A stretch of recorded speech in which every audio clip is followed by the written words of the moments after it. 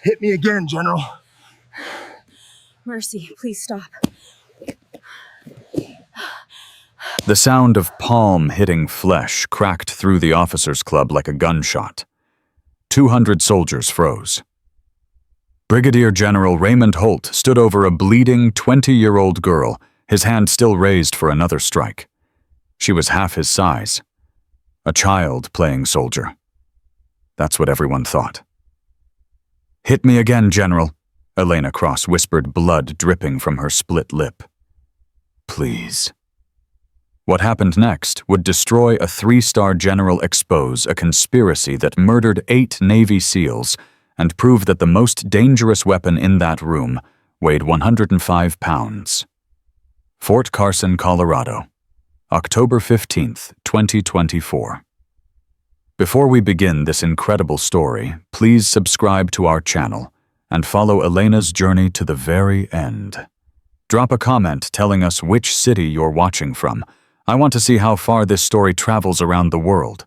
The fluorescent lights in Building 7 buzzed with the tired hum of government equipment that should have been replaced a decade ago. Elena Cross sat at her workstation, fingers moving across the keyboard with the mechanical precision of someone who had done this 1,000 times before. She felt his eyes on her before she heard his footsteps. "Cross." Sergeant First Class Dennis Harmon's voice carried the particular disdain he reserved exclusively for her. "Conference room. 5 minutes. General Holt wants to see your analysis." Elena didn't look up. "Which analysis, Sergeant?" "The one you've been obsessing over for 3 weeks. The contractor payments." Harmon leaned against her cubicle wall. "Word of advice, don't embarrass yourself in there. The General doesn't have patience for junior analysts who think they've discovered something important." "Thank you for the guidance, Sergeant." "I'm serious, Cross. You're 20 years old. You've been here 4 months. Whatever you think you found, you didn't find it. People smarter than you have looked at those files for years." Elena finally turned to face him. Her expression was neutral, almost blank. The face of someone who had learned long ago to show nothing. "5 minutes, she said. "I'll be there." Harmon shook his head and walked away, muttering something about children and security clearances. Elena watched him go. Then she pulled a small flash drive from her pocket and plugged it into her terminal. 3 keystrokes. A file transfer that would take exactly 47 seconds. 47 seconds to copy 8 years of evidence. 47 seconds closer to the man who killed her father. The conference room smelled like stale coffee and bureaucratic anxiety. 6 officers sat around the table, their ranks ranging from captain to colonel. At the head of the table, Brigadier General Raymond Holt commanded the space with the practiced authority of someone who had spent 40 years perfecting intimidation. Elena entered carrying a single folder. She was the smallest person in the room by a significant margin. The youngest by at least 15 years. The only woman. "Specialist Cross." Holt's voice was a controlled rumble. "I'm told you have concerns about the Morrison defense contract. Enlighten us." "Yes, sir." Elena moved to the presentation screen, but didn't touch it. "Over the past 3 weeks, I've identified irregularities in payment patterns to Morrison Defense Systems, specifically 17 wire transfers totaling $4.3 million that don't correspond to any documented deliverables." Colonel Nathan Beck leaned forward. "Morrison supplies communication equipment to 3 divisions. Payment irregularities happen. That's why we have auditors." "With respect, Colonel, these aren't irregularities. They're patterns." Elena opened her folder. "The transfers occur on specific dates, the 15th of every month for the past 18 months, always to the same offshore routing number, always in amounts just under the reporting threshold." The room went quiet. "That's a serious accusation," Captain Rita Vasquez said carefully. "You're suggesting deliberate financial manipulation." I'm presenting data, ma'am. The interpretation is above my pay grade. General Holt hadn't moved since Elena began speaking. His eyes tracked her with the focused attention of a predator assessing potential prey. Where did you get this data, specialist? Standard intelligence databases, sir. Nothing classified beyond my clearance level. And you decided to conduct this analysis on your own initiative. I noticed anomalies during routine monitoring. I followed the thread. Holt stood slowly. The movement had a deliberate quality designed to emphasize his physical dominance over the small woman standing before him. Let me explain something to you, Specialist Cross. You've been in this unit for 4 months. You graduated from the Defense Intelligence Agency's analyst program 3 months before that. Your total experience in military intelligence can be measured in weeks. I understand my limitations, sir. I don't think you do. Holt moved around the table toward her. Morrison Defense has been a trusted contractor for 12 years. The officers in this room have dedicated their careers to operations that keep American soldiers alive. And you, a 20-year-old girl who's never seen combat, who's never held a position of responsibility, who got this assignment because some quota needed filling, you think you've uncovered something we all missed. Elena's expression didn't change. I'm presenting data, sir. Nothing more. You're wasting the time of senior officers who have actual work to do. Holt was directly in front of her now, close enough that she had to tilt her head back to maintain eye contact. This analysis is incomplete, unprofessional, and frankly embarrassing. Sir, if I could just show you the transfer patterns. I've seen enough. Holt turned to address the room. This is what happens when we prioritize diversity metrics over capability. A child playing intelligence analyst presenting fantasy theories based on data she doesn't understand. Colonel Beck cleared his throat uncomfortably. General, perhaps we should have the Inspector General review. There's nothing to review, Nathan. There's a junior analyst who exceeded her authority and wasted everyone's time. Holt's attention returned to Elena. You're dismissed, Specialist. Return to your workstation. I'll be speaking with your supervisor about appropriate assignment of duties. Elena gathered her folder. Yes, sir. She turned toward the door. And Cross? She stopped. The next time you think you've discovered something important, remember this moment. Remember what it feels like to be wrong in front of people who actually know what they're doing. It might save you from future embarrassment. I'll keep that in mind, sir. She left the conference room with measured steps. Behind her, she could hear Holt's voice resuming its commanding tone, directing the other officers toward actual agenda items. None of them saw the small smile that crossed her face as the door closed behind her. The transfer patterns she'd presented were real. The offshore account was real. What she hadn't told them was that she already knew where the money went. It went to Raymond Holt, and he had just confirmed through his desperate overreaction that she was exactly on the right track. 3 hours later, Elena sat in her car in the Fort Carson parking lot.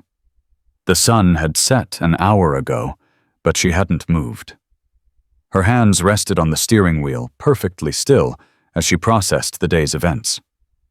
Her phone buzzed. Unknown number. She answered on the second ring. You kicked the hornet's nest today. The voice was gravelly aged by decades of shouted commands and whispered secrets. I expected you to be more subtle. Hello, Ghost. Master Sergeant David Morrison, callsign Ghost, had been her father's best friend. His partner on more operations than either would ever discuss. The man who had trained her since she was 6 years old, turning a grieving child into something her father would have recognized. Don't hello me, little shadow. You practically accused a general of financial crimes in front of his entire staff. That's not reconnaissance. That's a declaration of war. I needed to see his reaction. And he's scared. Elena's voice carried quiet certainty. He dismissed my analysis too quickly. Didn't ask follow-up questions. Didn't order a review. Just shut it down and attacked my credibility. That's not how innocent people respond. Ghost was silent for a moment. Your father would say you're moving too fast. My father waited for proper channels. He filed reports through appropriate systems.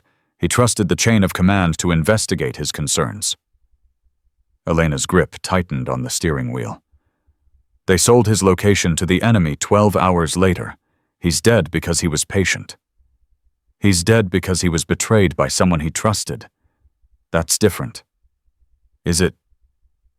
Another silence. Elena could almost hear Ghost calculating, weighing her words against 20 years of experience that said young operators made emotional mistakes. What's your next move? Holt will try to discredit me. Probably reassign me to something meaningless, bury my access, make sure I can't continue the investigation through official channels. And I have copies of everything. I have the transfer records, the routing numbers, the dates that correspond to my father's mission briefings. I have enough to prove he's dirty. I just don't have enough to prove he's a murderer. Elena. Ghost's voice softened, taking on a paternal quality that he probably didn't intend. I knew your father for 18 years. I was with him on operations that officially never happened. I held his hand when he died in that valley surrounded by enemies who knew exactly where to find us. He paused. I want Holt as badly as you do, but wanting isn't enough. We need proof that will survive a military tribunal. Proof that can't be dismissed or classified away. I know. Do you? Because what I saw today was a 20-year-old girl with more skill than anyone in that building trying to speed-run an investigation that should take years. I don't have years. Why not? Elena was quiet for a long moment. When she spoke, her voice was barely above a whisper. Because Holt is retiring in 8 months. Full honors. Pension. A consulting job with Morrison Defense already lined up. In 8 months he walks away clean, and my father stays dead in a file marked equipment failure. Then we work faster. Together. Properly. Ghost. I'm already on base, Little Shadow. Building 12, room 307. There's someone here you need to meet. Someone who's been building a case against Holt for 3 years. Elena sat up straighter. Who? Captain Nadia Reyes, military prosecutor. She's got evidence. You've got evidence. Maybe together you've got a case. Ghost paused. Or maybe you've got enough rope to hang yourselves. Either way, it's time to stop playing solo. The line went dead. Elena stared at her phone for a moment. Then she started her car and drove toward Building 12. Captain Nadia Reyes was not what Elena expected. The military prosecutor was 34, Hispanic, with sharp eyes that seemed to be conducting a threat assessment from the moment Elena entered the room. She stood when Ghost made introductions, but didn't extend her hand. You're Commander Cross's daughter. It wasn't a question. You knew my father. I knew of him. Everyone in Special Operations knew of Marcus Cross. Reyes gestured to a chair. I also know you've spent the last 8 years training with SEAL Team 7 in unofficial capacity. I know you scored higher on intelligence aptitude tests than anyone in the past 15 years. And I know you deliberately sought assignment to Fort Carson, specifically because Raymond Holt is stationed here. Elena sat slowly. You've done your research. I've been investigating Holt for 3 years, Specialist Cross. When a 20-year-old analyst with your particular background shows up at his command and immediately starts digging into his financial records, I pay attention. 3 years. Elena's voice was carefully neutral. What have you found? Reyes exchanged a glance with Ghost. Something passed between them, a silent negotiation that Elena couldn't quite read. "I've found a pattern," Reyes said finally. "Equipment failures that correspond to intelligence leaks, mission compromises that benefit specific defense contractors, financial irregularities that disappear into offshore accounts before anyone can trace them." She leaned forward. "I've found a conspiracy that goes back at least 15 years. And at the center of it, protected by political connections and military hierarchy, is Raymond Holt." "Then why haven't you arrested him?" "Because I can't prove it." The frustration in Reyes's voice was barely contained. "Every time I get close, evidence disappears. Witnesses recant or get transferred. Classification levels get elevated. Someone is protecting him, someone with enough power to make problems go away." Elena processed this. "My father's mission. Operation Fallen Star. You've looked at it. It's classified beyond my access level. All I have is the official report: equipment malfunction, enemy ambush, no survivors." Reyes paused. "But the timing is suspicious. Your father filed a preliminary report questioning Morrison Defense's communication equipment 2 days before his final mission. That report has been sealed. I have a copy." Both Reyes and Ghost stared at her. "How?" Reyes demanded. "My father gave it to me 8 years ago, the night before he deployed."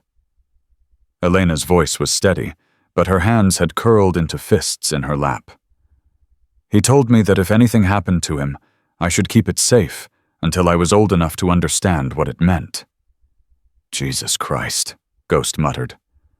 "Marcus, you paranoid genius." "I was 12. I didn't understand. I just kept it like he asked.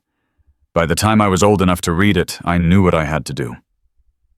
Reyes leaned back in her chair, processing this information. "That report could be the key to everything. If we can prove that Holt knew about your father's concerns, knew that the equipment was compromised, and still allowed the mission to proceed." "It's not enough," Elena interrupted. "I've studied every word of that report. It documents problems with Morrison's communication gear. It recommends additional testing before field deployment, but it doesn't connect Holt directly, doesn't prove he knew, doesn't prove he benefited." "Then what do you suggest?" Elena looked at Ghost, then back at Reyes. "I suggest we make him prove it himself." "Explain." "Holt is scared. I saw it today. He's not just corrupt, he's nervous. That means something has changed. Something is threatening his retirement plan." Elena stood moving to the room's small window. "What if that something is Morrison Defense? What if the company that's been paying him for 15 years is starting to worry about exposure?" Ghost caught on first. "You think they're distancing themselves?" "I think Holt's consulting job offer is insurance. Keep him happy, keep him quiet. But if Morrison starts to feel heat, if they think Holt might become a liability..." "They cut him loose," Reyes finished. "He becomes the fall guy. They survive. The conspiracy continues with new management." "Exactly. So we don't just expose Holt. We make Morrison think he's already compromised. We make them choose between protecting him and protecting themselves." Reyes was silent for a long moment. "That's not a legal strategy. That's an intelligence operation." "Captain Reyes, with respect, legal strategies have failed for 3 years. My father tried legal channels. He's dead." Elena turned from the window. "I'm not asking you to break the law. I'm asking you to be ready when the law finally applies." "And what will you be doing?" Elena smiled. It wasn't a pleasant expression. "I'll be giving General Holt exactly what he expects. A stupid girl who doesn't know when to quit." The next morning, Elena arrived at Building 7 to find her access credentials revoked. "Orders from General Holt," Sergeant Harmon informed her with barely concealed satisfaction. "You're being reassigned to Records Management, Building 19. Report there at 0800. Records Management. Filing, archiving, The kind of work appropriate for your experience level. Harmon handed her a new ID badge. The clearance level had been reduced by 3 grades. Maybe in a few years you'll be ready for actual intelligence work. Elena took the badge without comment. Nothing to say cross no defense of your brilliant analysis.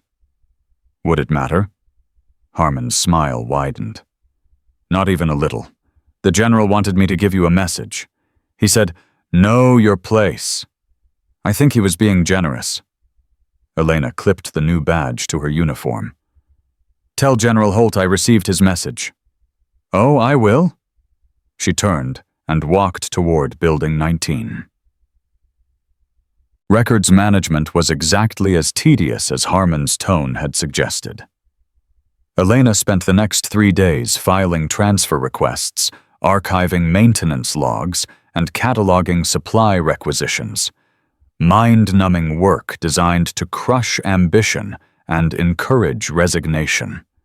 She completed every task with mechanical efficiency, arrived early, left late, spoke to no one unless required.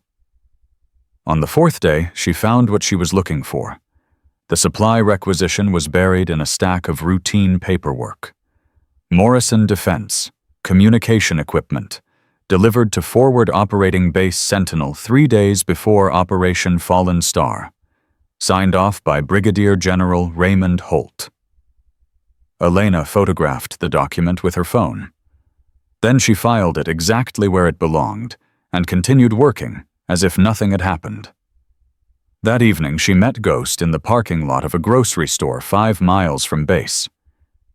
He signed for it personally, she said, handing him the photograph. Generals don't sign supply requisitions.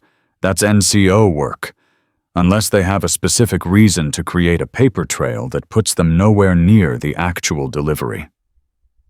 Ghost studied the image. This proves he handled the equipment. This proves he touched it. Now I need to prove he sabotaged it. How Morrison Defense keeps detailed quality assurance records. Every piece of equipment is tested before shipment. If the gear my father's team received was defective, there should be documentation. Those records would be at Morrison's corporate headquarters. Yes. Ghost looked at her sharply. That's not a military installation. We don't have jurisdiction. Captain Reyes does. If she can establish probable cause, she can subpoena the records. And how does she establish probable cause? Elena smiled again. That same unsettling expression from the night they'd met. By having a witness willing to testify that Morrison's quality assurance process was deliberately compromised. What witness? That's what I need to find out. Someone inside Morrison knows what happened. Someone who was there when the equipment was modified. Someone who's kept quiet for 8 years out of fear or loyalty or money. Elena's voice hardened. Everyone has a price. I need to find someone whose price is lower than their conscience. And if you can't, then I create pressure until someone breaks. Morrison is a publicly traded company. They have shareholders. They have a board of directors. They have customers who might be very interested to learn that their communication equipment has a history of fatal failures. Ghost was quiet for a moment. Your father wouldn't like this. My father is dead because he played by rules that didn't apply to his enemies. I won't make the same mistake. Elena, I know what I'm doing, Ghost. I know the risks. And I know that somewhere in Morrison Defense there's a person who helped kill 8 Navy SEALs for profit. I'm going to find them. I'm going to give them a choice between confession and exposure. And then I'm going to watch Raymond Holt spend the rest of his life in prison. She started to walk away. Little Shadow. She stopped. Your father made me promise something the night before his last mission. He made me promise that if anything happened to him, I would protect you. That I would keep you safe. Ghost's voice was rough. He didn't ask me to train you. He didn't ask me to turn you into a weapon. He asked me to protect you. You did protect me. You made me strong enough to protect myself. Did I Or did I create something that Marcus would have recognized and feared? Elena turned to face him. In the dim parking lot light, her expression was unreadable. My father was a warrior. He understood that some battles require weapons, not words. He would understand what I've become. She paused. The question is, do you... Ghost didn't answer. Elena walked to her car and drove away, leaving him standing alone in the darkness. The following Monday, General Holt summoned all Intelligence Division personnel for an all-hands meeting. Mandatory attendance, no exceptions. Elena stood in the back of the crowded auditorium, her diminished clearance badge marking her as the lowest-ranking person in the room. Around her, officers and senior enlisted personnel exchanged speculation about the purpose of the meeting. Holt took the stage with the practiced confidence of a man who had commanded audiences for decades. I've called you here to address some concerning rumors that have been circulating through this command. His voice carried easily without amplification. Rumors about financial irregularities, rumors about contractor relationships, rumors that suggest someone in this unit believes they've discovered evidence of misconduct. Elena felt eyes beginning to turn toward her. Let me be perfectly clear. I have served this country for 40 years. I have sent young men and women into combat zones around the world. I have written condolence letters to more families than I care to count. My record is beyond reproach, and I will not have it questioned by junior personnel with more ambition than competence. The room was silent. If anyone in this unit has concerns about my conduct or the conduct of our contractor partners, I encourage them to file a formal complaint through proper channels. Inspector General, congressional oversight, whatever process makes them feel they've done their duty. Holt's smile didn't reach his eyes. I welcome scrutiny. I welcome investigation. I welcome the opportunity to demonstrate that this command operates with complete integrity. He paused, scanning the room until his gaze found Elena. Because the alternative is worse. The alternative is allowing one person's fantasy theories to undermine unit cohesion, distract from our mission, and damage careers that have been built over decades. That I will not tolerate. Are there any questions? Silence. Good. Dismissed. As the auditorium emptied, Elena remained in place.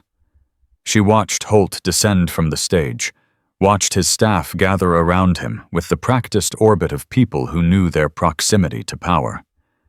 He caught her eye across the room, held her gaze for a long moment. The corner of his mouth twitched upward.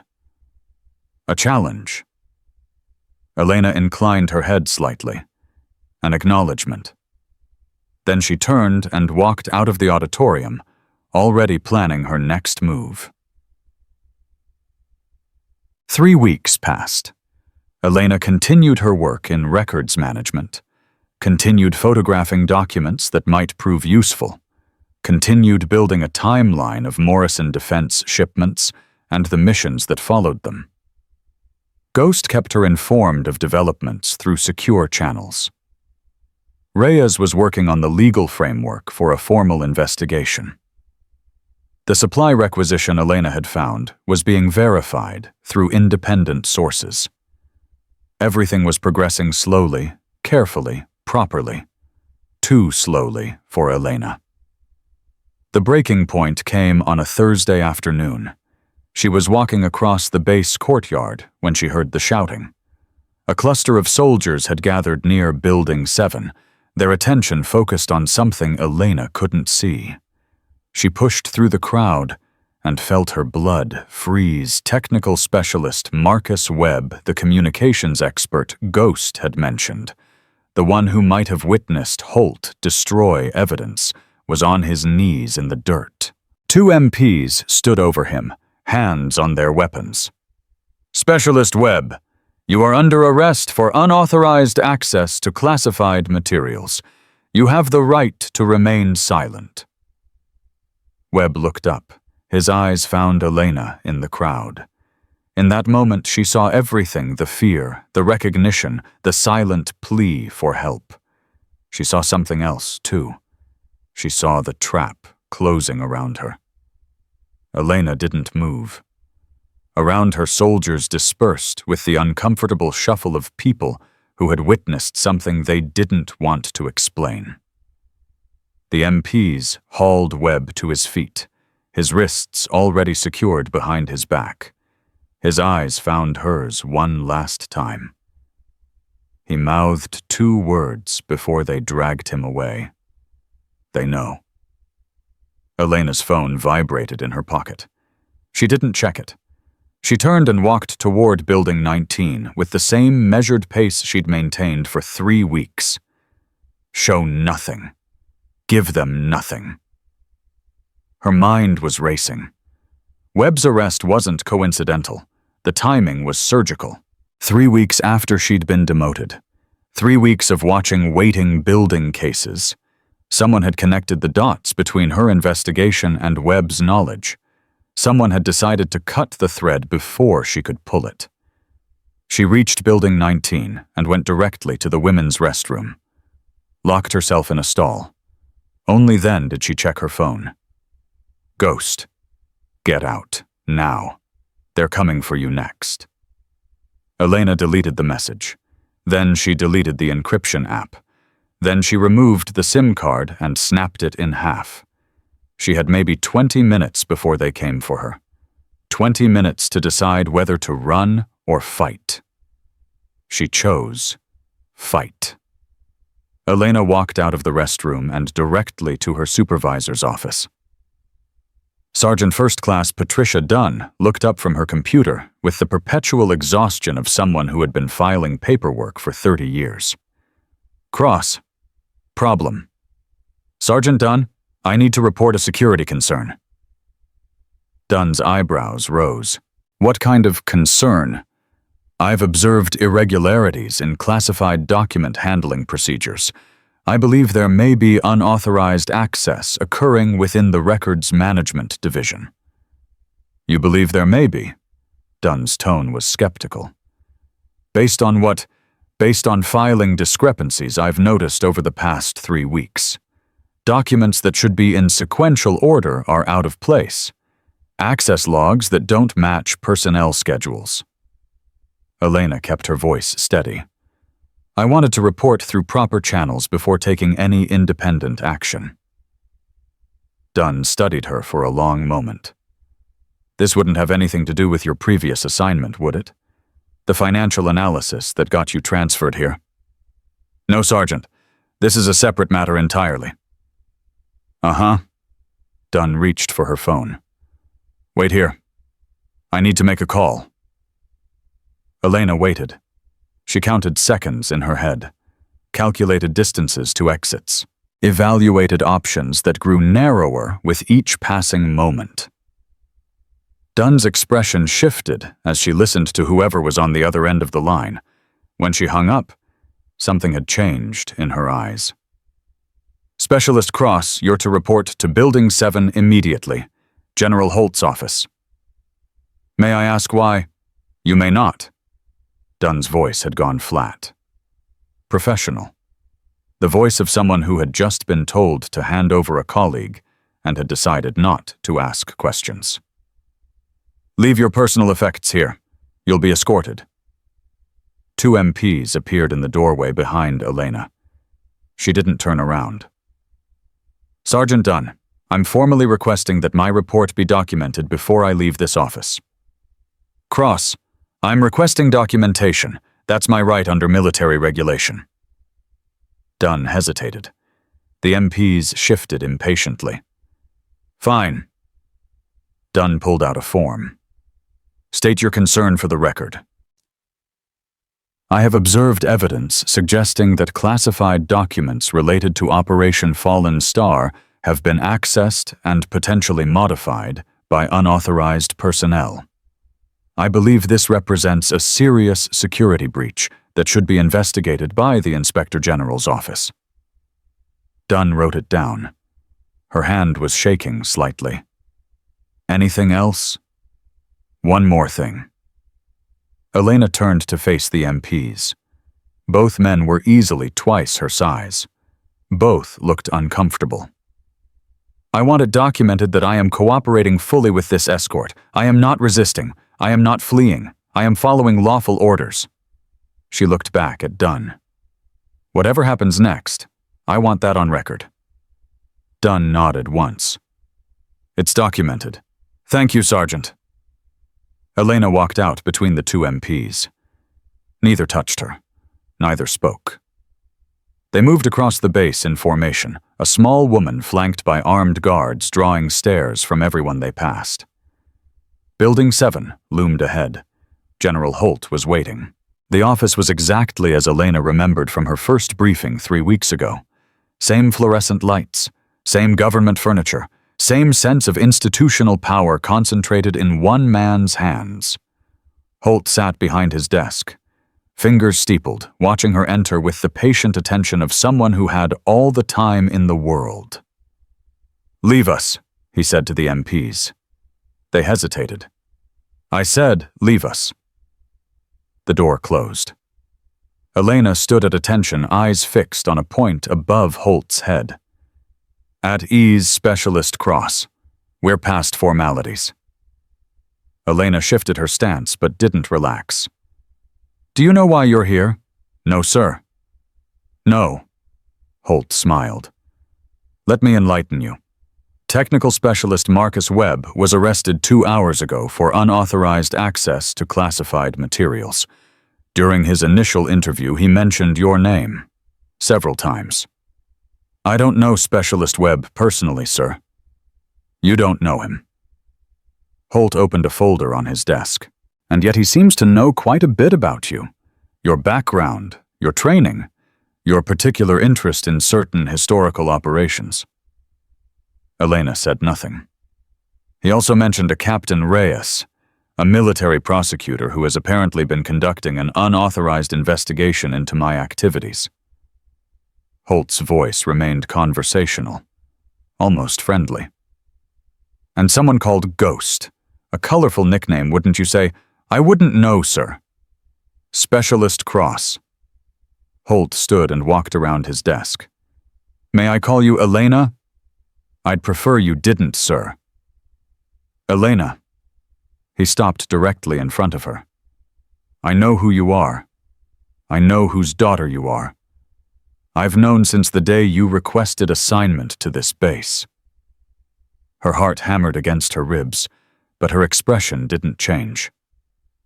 "Your father was Commander Marcus Cross, SEAL Team 7, killed in action during Operation Fallen Star 8 years ago." Holt's voice dropped. "A tragic loss. Equipment failure, according to the official report. Very unfortunate." "Yes, sir." "I imagine that loss shaped you, motivated you, drove you to seek answers that might give meaning to his death." Holt leaned closer. "I understand that impulse, truly. The need to find someone to blame, someone to punish. Permission to speak freely, sir." "Granted." Elena met his eyes for the first time since entering the room. "My father didn't die because of equipment failure. He died because someone sold his team's location to the enemy. Someone who received $250,000 for each American life. 8 SEALs, $2 million. That's the math, General. That's the meaning I found." The silence stretched between them. Holt's expression flickered, just for an instant. A crack in the facade that Elena filed away for future reference. "That's a very serious accusation." "It's not an accusation, sir. It's a fact. I have documentation." "Documentation." Holt's laugh was short and humorless. What documentation could a 20-year-old specialist possibly have that proves anything? "My father's preliminary report on Morrison Defense Communication Equipment, the one he filed 2 days before his deployment, the one that was classified and sealed after his death." Elena's voice was steady. "He gave me a copy. 8 years ago. He told me to keep it safe. Something changed in Holt's posture. Subtle. Controlled. But Elena saw it. Fear. That report is classified. It was classified after he died. Before that, it was a routine safety concern filed through proper channels. Channels that failed to act. Channels that someone deliberately obstructed. You're making accusations you can't support. Then let me support them. Elena took a step forward. Let me present my evidence to the Inspector General. Let me testify before a military tribunal. Let me show them the supply requisition you personally signed 3 days before Operation Fallen Star. Let me explain why a brigadier general would handle routine equipment paperwork that should have been processed by an NCO. That's enough. Let me connect the financial transfers from Morrison Defense to an offshore account that traces back to a shell company registered in the Cayman Islands. A company with one shareholder, one beneficiary. I said that's enough. Let me explain why a man who's been paid $2 million over 15 years would need a consulting job with the same company that's been bribing him since... Holt's hand caught her throat. The movement was fast. Brutal. The grip of someone who had learned violence in places that didn't appear on any map. Elena's back hit the wall. Stars exploded across her vision. She couldn't breathe. Couldn't speak. Holt's face was inches from hers. You stupid little girl. His voice was a whisper. You think you understand what you've walked into. You think your father's ghost is going to protect you. He's dead. His team is dead. Everyone who could corroborate your fantasy story is dead or bought or silenced. Elena's hands came up to his wrist, not fighting, just holding. Webb will recant everything within 24 hours. Reyes will be transferred to a post in Alaska by the end of the week. And you. Holt's grip tightened. You will have a tragic accident. Training exercise gone wrong. Young soldier inexperienced, shouldn't have been in a combat simulation zone. Elena's vision was dimming. No one will investigate.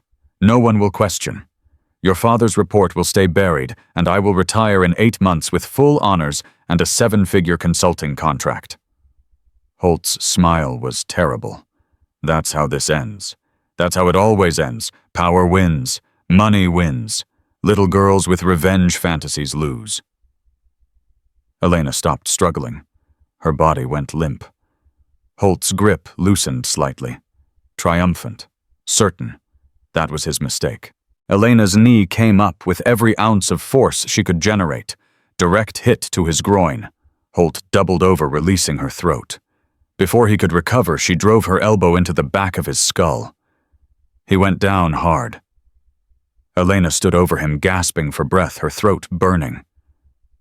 My father taught me something, General. Her voice was raw, damaged, but clear. He taught me that the most dangerous moment in any fight is when your enemy thinks they've already won. Holt looked up at her from the floor. Blood trickled from a cut above his eye where he'd hit the desk on the way down. You're finished, he snarled. Attacking a superior officer. That's court-martial. That's prison. Maybe. Elena walked to his desk, picked up the phone, dialed a number she'd memorized weeks ago. But first, I think someone should hear what you just told me. The line connected. This is Captain Nadia Reyes, Military Prosecutor's Office. Captain Reyes, this is Specialist Elena Cross. I'm in General Holt's office. He just confessed to conspiracy, murder, and treason while attempting to strangle me. I thought you should know. Silence on the line. Are you injured? I'll live. Is he restrained? Elena looked at Holt, who was struggling to stand. Not yet. Can you keep him there for 10 minutes? Elena smiled. It hurt her damaged throat, but she smiled anyway. With pleasure. She hung up the phone. Holt had made it to his knees. His face was purple with rage. You recorded nothing. It's your word against mine. A 20-year-old specialist against a 3-star general. Who do you think they'll believe? I didn't record anything, Elena agreed. But you forgot something general. Something important. What? She pointed to the corner of the ceiling. Security cameras. This is a classified briefing area. Everything that happens here is automatically recorded for security purposes. She paused. Including confessions, including assaults, including threats to arrange accidents for inconvenient witnesses. Holt's face went white. That footage is classified. It won't be released without authorization. Authorization from who you? Elena shook her head. Captain Reyes has been waiting 3 years for probable cause to access those recordings. You just gave it to her. The door burst open. 2 MPs entered, weapons drawn, followed by a woman Elena recognized from photographs. Captain Reyes. Behind her, Ghost. General Holt. Reyes's voice was steel. You are under arrest for assault conspiracy and suspicion of treason. You have the right to remain silent. Holt tried to stand. This is absurd. I'm a general officer. You can't. I have authorization from the Secretary of Defense himself. I can absolutely arrest you. Reyes nodded to the MPs. Restrain him. As they hauled Holt to his feet, he looked at Elena with pure hatred. This isn't over. No, she agreed. It's just beginning. And Ghost moved to Elena's side, his hand gentle on her shoulder. You okay, little shadow? I've been better. That was either the bravest thing I've ever seen, or the stupidest. Can't it be both? Ghost almost smiled. Your father would have said the same thing. Reyes approached her expression a mixture of admiration and concern. Specialist Cross, you need medical attention. After. After what? After we secure Webb. After we access those recordings. After we make sure Holt's network can't destroy evidence while we're waiting for doctors to check my throat. Reyes studied her for a long moment. You're 20 years old. Age is irrelevant. Results matter. Your father used to say that. I know. He taught it to me. The MPs led Holt out. His protests echoed down the corridor, growing fainter with distance. Elena watched until he was gone, then turned to Reyes. What happens now? Now we work fast. Holt has connections, political friends, people who will try to make this go away before it becomes public. Reyes pulled out her phone. I'm calling the Inspector General. We need federal oversight before anyone can classify this into oblivion. And Morrison defense, one step at a time. No. Elena's voice was firm despite the damage to her throat. Morrison is the source. Holt is just a symptom. If we don't move on them simultaneously, they'll destroy evidence and sacrifice Holt to protect themselves. We don't have evidence against Morrison. Webb does. That's why they had him arrested. That's why Holt wanted me dead. Elena grabbed Reyes's arm. Where is Webb right now? Military detention, Building 4. We need to get to him before Holt's people do. Ghost stepped forward. I'll go. You stay here, get medical attention. Ghost, Elena. His voice carried command authority she rarely heard from him. You just took down a general. You've got bruises on your throat that will look damning in photographs. You need to be documented, examined, protected. He paused. Let me handle Webb. That's what I'm good at. Elena wanted to argue.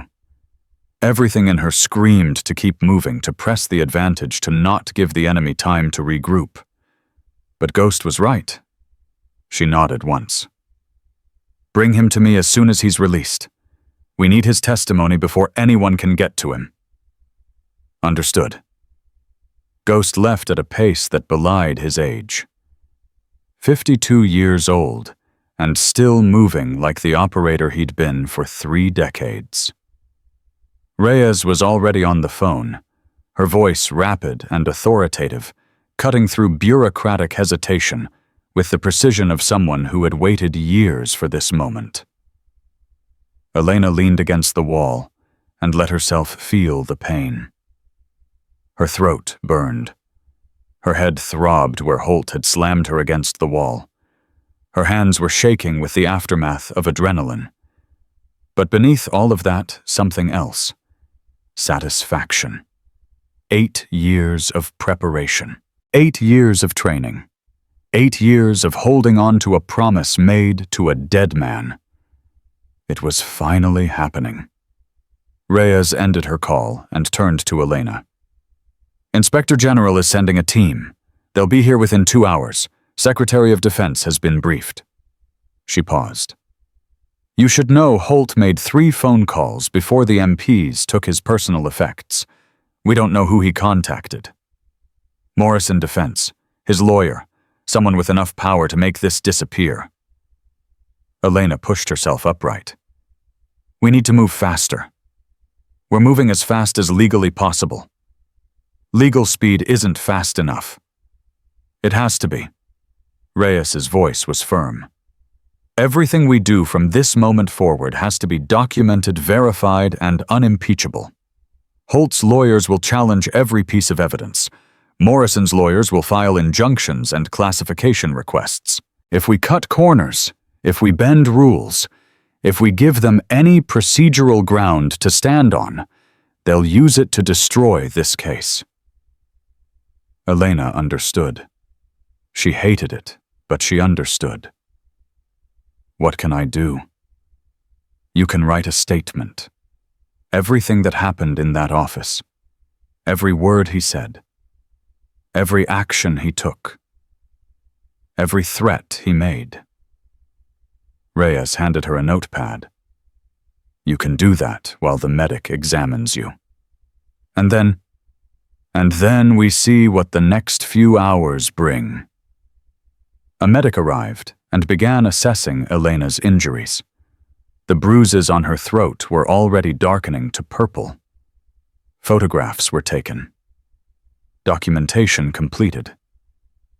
Elena wrote her statement in neat, precise handwriting. Every detail, every word, every moment burned into her memory with the clarity of someone who had trained themselves to remember. An hour passed. Ghost returned with news that made Elena's blood run cold. Webb is gone. Gone, transferred. 20 minutes ago. Signed authorization from someone claiming to be acting on orders from General Holt's office. Holt's in custody. The order was signed before his arrest, backdated. Ghost's jaw was tight. Someone moved fast. Someone who knew we'd come for Webb. Reyes swore under her breath. Where was he transferred? Classified facility. Location undisclosed. The MPs who processed him are claiming national security protocols. Elena stood up, ignoring the medic's protests. This is how they do it. This is how they make problems disappear. Webb will have an accident, or he'll recant under pressure, or he'll simply vanish into a system designed to hide inconvenient truths. We'll find him, Reyes said. How, with what authority Holt's people have classified his location. They've wrapped him in national security protocols that will take weeks to penetrate. Elena's voice was rising. In weeks he'll be dead or broken, or so thoroughly discredited that his testimony won't matter. Elena, we need to go public. The words hung in the air. Reyes stared at her. What? Public? Press? Congress? We need to make this so visible that they can't bury it. They can't classify what everyone already knows. That's not how military justice works. Military justice has failed for 8 years. Military justice let Holt operate freely while he sold American lives to the enemy. Military justice classified my father's murder as equipment failure. Elena met Reyes's eyes. I'm done trusting military justice. If you go public without authorization, you'll be court-martialed. Everything you've done will be undermined. They'll say you're a disgruntled soldier with a personal vendetta. I am a disgruntled soldier with a personal vendetta. That doesn't make me wrong. Ghost spoke quietly. She has a point. Reyes turned on him. You're supposed to be the voice of reason. I'm supposed to be the voice of experience. And experience tells me that powerful people protect powerful people. We've got Holt, but we don't have Morrison. We don't have the other officers in his network. We don't have the politicians who've been looking the other way for 15 years. Ghost paused. Going public is a risk, but staying inside the system is also a risk. Different risk, same potential outcome. The Inspector General team arrives in an hour. Can we at least wait until then? Elena nodded slowly. 1 hour. But if they try to classify this, if they try to contain it within channels that Holt's network can influence, I'm going to the press. With what evidence? Elena reached into her uniform jacket and pulled out a small envelope. My father's report, the original. I've kept it with me since the day he gave it to me. She held it up. This plus my testimony, plus the security footage from Holt's office. That's enough to start a public conversation that they can't stop. And Reyes took the envelope carefully. You've been carrying this for 8 years. 12 miles from my heart. Every day. Every mission. Elena's voice softened. It's the last thing he ever gave me. The room was quiet. Outside, the sound of vehicles arriving. Multiple engines. Official presence multiplying. The Inspector General's team had arrived early. Elena looked at Reyes, then at Ghost.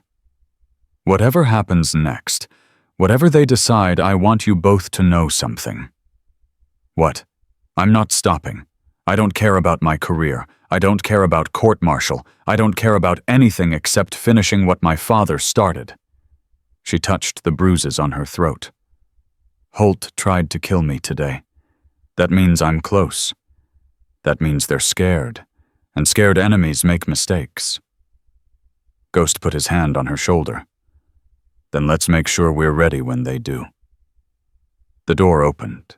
A colonel in full dress uniform entered, followed by a team of investigators with the hard eyes of people who had seen corruption before and knew how to prosecute it.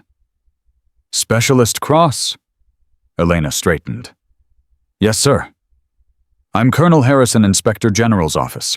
I understand you have quite a story to tell. Elena looked at the man who would determine the next chapter of her life. Assessed him in the way she'd been trained to assess everyone.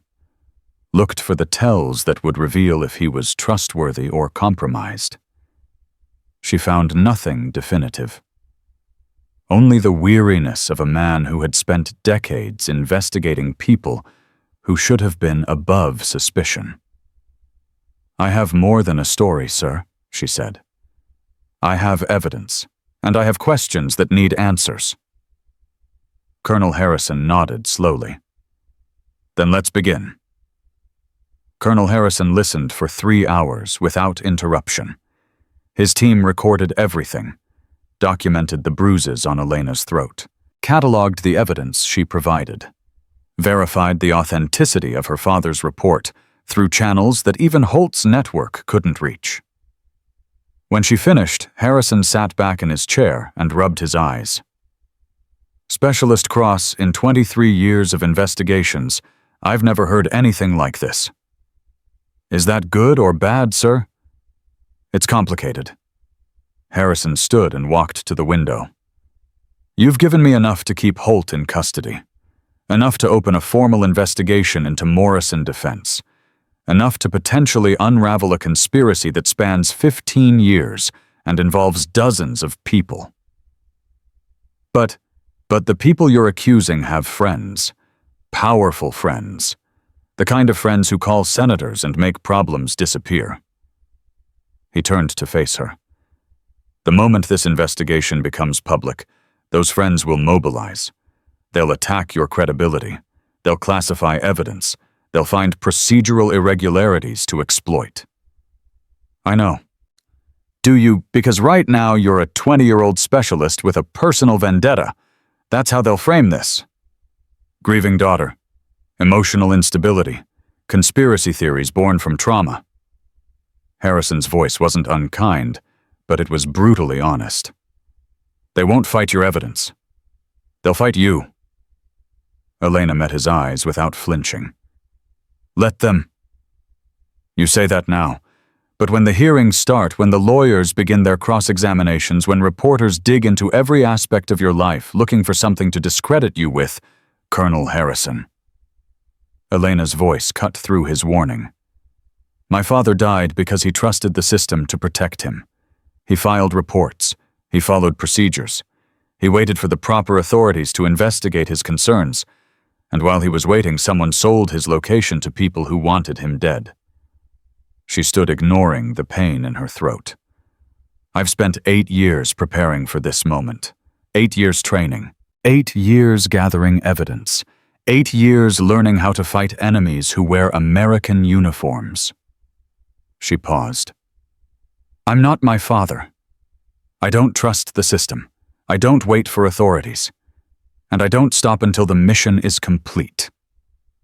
Harrison studied her for a long moment. Your father was one of the finest operators I ever served with. Elena froze. You knew him. Operation Desert Shield, 1991.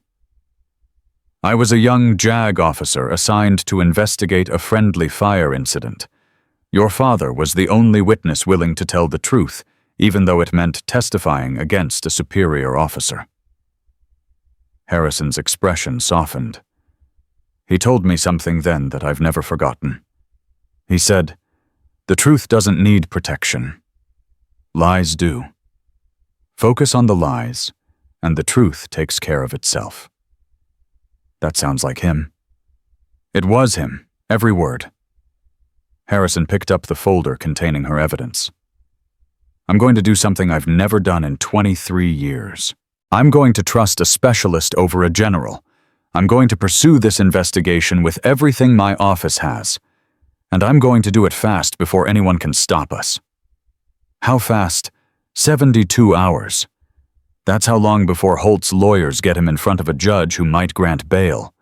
That's how long before Morrison Defense's lobbyists start making calls.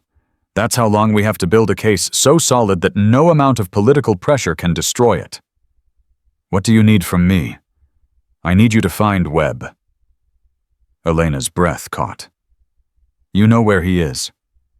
Not yet, but I know who does. Harrison pulled out his phone. I'm going to make some calls. Burn some favors I've been saving for 20 years. By morning, I'll have a location. And then you're going to do what your father trained you to do. Harrison's eyes held hers. You're going to bring him home. Ghost was waiting outside when Elena emerged. His face told her everything she needed to know. You heard? I heard enough. He fell into step beside her. Harrison's a good man. One of the few. He knew my father. A lot of people knew your father. Most of them are too scared to admit it now. Ghost guided her toward a waiting vehicle. We need to get you somewhere safe. Holt's network is still active. The arrest just made them more dangerous, not less. I'm not hiding. It's not hiding. It's positioning. He opened the car door. Reyes has a safe house set up. Secure communications. Everything we need to coordinate. Elena hesitated. What about you? I'm going to do what I do best. Disappear into places where people don't want to be found and ask questions they don't want to answer. Ghost's weathered face cracked into something almost like a smile. By the time Harrison has Webb's location, I'll know everything about the facility holding him. Guard rotations, security protocols, extraction routes. Ghost, if they catch you, they won't. He touched her shoulder. Little Shadow, I've been doing this since before you were born. Trust me. Elena nodded slowly. Be careful. Careful is for people who have something to lose. He closed the door and stepped back. "I'll contact you in 6 hours." The car pulled away. Elena watched Ghost's figure shrink in the rear mirror until it disappeared entirely. The safe house was a nondescript apartment in a residential complex 20 miles from Fort Carson. Reyes was already there, surrounded by documents and laptops and the organized chaos of someone building a legal case against the clock. "How are you feeling? Like someone tried to strangle me." Elena touched her throat. "How's the case?" "Better than I expected. Harrison's team is good. They've already verified 3 of your document trails and subpoenaed Morrison Defense's financial records. They'll destroy those records. They'll try, but Harrison anticipated that. He's got federal marshals serving simultaneous warrants at Morrison's headquarters, their offshore accounting firm, and 3 private residences belonging to senior executives." Reyes looked up from her laptop. "By the time Morrison's lawyers wake up tomorrow morning, we'll have copies of everything." "It's not enough." "It's a start." "It's not enough," Elena repeated. "Documents can be disputed. Financial records can be explained away. We need testimony. We need someone inside Morrison who can connect the money to the murders." Webb, and whoever else is willing to break silence. Elena sat down across from Reyes. "There have to be others. Morrison Defense employs over 4,000 people. Someone besides Webb must have seen something, must know something." "People are scared, Elena. Holt's network has been operating for 15 years. That's 15 years of watching whistleblowers get destroyed, careers ruined, families threatened." Reyes closed her laptop. "Fear is a powerful motivator. So is guilt." Reyes looked at her sharply. "What do you mean? The people who enabled this conspiracy, the ones who looked the other way, the ones who signed off on equipment they knew was defective, they've been carrying that weight for years. Some of them must want to confess, must want to unburden themselves. You want to appeal to their conscience. I want to give them permission to be honest." Elena leaned forward. "Holt's arrest is going to be news by tomorrow. Everyone connected to his network is going to be asking themselves the same question, am I next? That fear can work for us if we position it right. How? We let them know there's a deal on the table. Cooperation for consideration. Testimony for reduced charges. The first person to come forward gets the best terms. Everyone else takes their chances. That's prosecutorial discretion. I can't promise immunity without authorization." "Then get authorization." Elena's voice was firm. "Harrison wants results in 72 hours. The fastest way to get those results is to turn Holt's network against itself, make them compete to cooperate." Reyes was quiet for a moment. "You've thought about this a lot." "I've had 8 years to think about it." "Your father really did train you for this, didn't he?" Elena smiled, but there was no warmth in it. "My father trained me to survive. Everything else I learned on my own." The night passed in fragments of activity. Elena dozed on the couch while Reyes worked. Occasional phone calls interrupted the silence. Updates from Harrison's team. Progress reports from investigators serving warrants across 3 states. At 4 a.m., Ghost's signal came through. Elena was awake instantly, reaching for the secure phone before the second vibration. "Talk to me." "Found him." Ghost's voice was barely above a whisper. "Black site, 40 miles north of Colorado Springs. Private security contractor running it. Off the books." "How many guards?" 12 on rotation. 6 at any given time. Armed but not military trained. They're babysitters, not operators. Extraction window. Shift change at 0600, 2 minutes where the perimeter is undermanned. That's our opening. "I'm coming." "Negative. This is a one-man operation. I go in, I get Webb, I bring him to you." "Ghost. Elena." His voice carried the weight of 30 years of missions exactly like this one. "You're the mission. Webb is the objective. I'm the tool. That's how this works. That's how your father would have run it. She wanted to argue. Every instinct screamed to be part of the action, to not rely on anyone else to see it through herself. But Ghost was right. 6 hours. Or less. Stay by the phone. The line went dead. Elena sat in the darkness, phone clutched in her hand, and waited. The hours crawled past like wounded animals. Reyes tried to distract her with case updates, but Elena couldn't focus. Her mind was 40 miles north, running scenarios, calculating risks, imagining everything that could go wrong. At 6:47 a.m., the phone rang. "We're clear." Ghost's voice was strained but triumphant. "Webb's with me. Minor injuries, dehydration, some bruising from interrogation, but he's talking."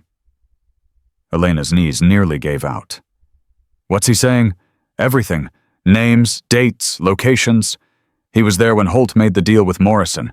He was there when they modified the equipment. He was there when they found out the modifications killed your father's team." Ghost paused. "He's been carrying this for 8 years. He's ready to unload. Get him here. Fast." 20 minutes. Elena hung up and turned to Reyes. "Prepare for testimony. We're going to need everything recorded." Marcus Webb looked like a man who hadn't slept in weeks. His face was gaunt. His eyes carried the haunted quality of someone who had been running from ghosts and finally stopped. Ghost guided him to a chair. Reyes set up recording equipment. Elena stood back, watching, assessing, trying to reconcile this broken man with the weight of evidence he carried. "Water," Webb croaked. "Please." Elena brought him a glass. He drained it in 3 swallows. "More." She refilled it, waited while he drank. "They told me you were dead," Webb said finally. "Holt's people. They said you attacked him and MPs shot you resisting arrest. They said if I cooperated, if I recanted, I'd be released." He laughed bitterly. "I almost believed them. Almost." "What changed your mind?" "Your name." Webb looked up at her. "Cross. When they mentioned your name, I knew who you were. I knew whose daughter you were. And I knew that if Marcus Cross's kid was still alive, still fighting, then maybe I could stop running too. You knew my father. I serviced his team's equipment. 3 deployments. He was always kind to me, always asked about my family, my life. Most officers don't see enlisted support staff. He saw everyone." Webb's voice cracked. "When I found out what the modified equipment did, when I realized I was part of what killed him, I wanted to die myself. But you didn't. No. I ran. I stayed quiet. I told myself that coming forward wouldn't bring him back, that it would just destroy my life without changing anything." Tears streamed down his face. "I was a coward." Elena knelt in front of him. "You're here now. That's what matters. I have everything. Documentation, recordings, internal Morrison memos showing they knew the equipment was flawed before deployment. I saved it all thinking someday I'd have the courage to use it." He grabbed her hand. "I'll testify. I'll name names, whatever you need." Reyes stepped forward. "Mr. Webb, I'm Captain Nadia Reyes, Military Prosecutor's Office. I need to inform you that anything you say can be used in legal proceedings. You have the right to counsel." "I don't want counsel. I want this over." Webb straightened in his chair. "I want to tell the truth. Finally." "Then let's begin." For the next 4 hours, Webb talked. He described recruitment by Morrison Defense 6 years earlier. He detailed the system by which faulty equipment was substituted for quality-tested gear. He named the officers who facilitated the switch. He explained the payment structures, the offshore accounts, the elaborate system of kickbacks and bribes. And he described Operation Fallen Star. They knew. His voice was hollow. 3 days before the mission, Morrison's quality assurance team flagged the communication equipment. Signal degradation under combat conditions. Failure rate above acceptable thresholds. The report recommended immediate recall. What happened to the report? Holt killed it, called it excessive caution, ordered the equipment shipped anyway. Webb's hands shook. He knew. He knew the comms would fail. He knew your father's team would be blind in hostile territory. He knew, and he sent them anyway. Why? Money. Morrison had a deadline. Government contract with penalties for late delivery. If they recalled the equipment, they'd lose millions. Webb looked at Elena. 8 lives for a quarterly earnings report. That's what your father was worth to them. Elena stood, walked to the window, stood with her back to the room while she processed what she'd heard. 8 years. 8 years of suspicion and investigation and training and planning. 8 years of believing she knew the truth. She hadn't known. Not really. Not the full scope of the casual cruelty that had taken her father from her. Elena. Ghost's voice was gentle. We have enough. Do we? Webb's testimony, Morrison's internal documents, Holt's confession on video, the financial trails Harrison's team is uncovering. Ghost moved to stand beside her. Your father would say we have enough. He would say it's time to let the system work. The system? Elena's voice was bitter. The system that let this happen for 15 years. A different system. Better people. He touched her shoulder. Harrison. Reyes. The investigators working through the night. They're not corrupt. They're not compromised. They want justice as badly as you do. They want justice. I want more than justice. What do you want? Elena turned to face him. I want them to feel what my father felt. I want them to know what it's like to be betrayed by people they trusted. I want Morrison's executives to watch their careers collapse. I want their shareholders to sue them into bankruptcy. I want every soldier who ever used their equipment to know they were guinea pigs for corporate profit. That's revenge. Maybe. Does it matter? Ghost was quiet for a long moment. Your father asked me once what I thought about revenge. We were in a bad place. A lot of our friends had just died. I told him revenge was a waste of energy, that it kept you focused on the past instead of the future. What did he say? He said I was wrong. He said revenge is just justice with a personal investment. The problem isn't wanting it. The problem is letting it control you. Ghost's eyes held hers. Are you in control?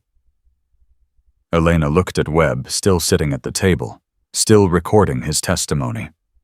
At Reyes, building a case that would destroy careers and end in prison sentences. At the phone on the table, waiting for Harrison's next update. Ask me again when it's over. The call came at noon. Harrison's voice was urgent. We have a problem. Elena gripped the phone tighter. What kind of problem?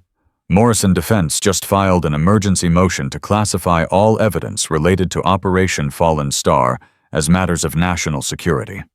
They're claiming that disclosure would compromise ongoing intelligence operations. That's a delay tactic. It's more than that. The motion is being heard by Judge Crawford, 4th Circuit Court. He's Morrison's man. Has been for years. Harrison's frustration was audible. If he grants the motion, everything we've gathered gets locked away. Webb's testimony becomes classified.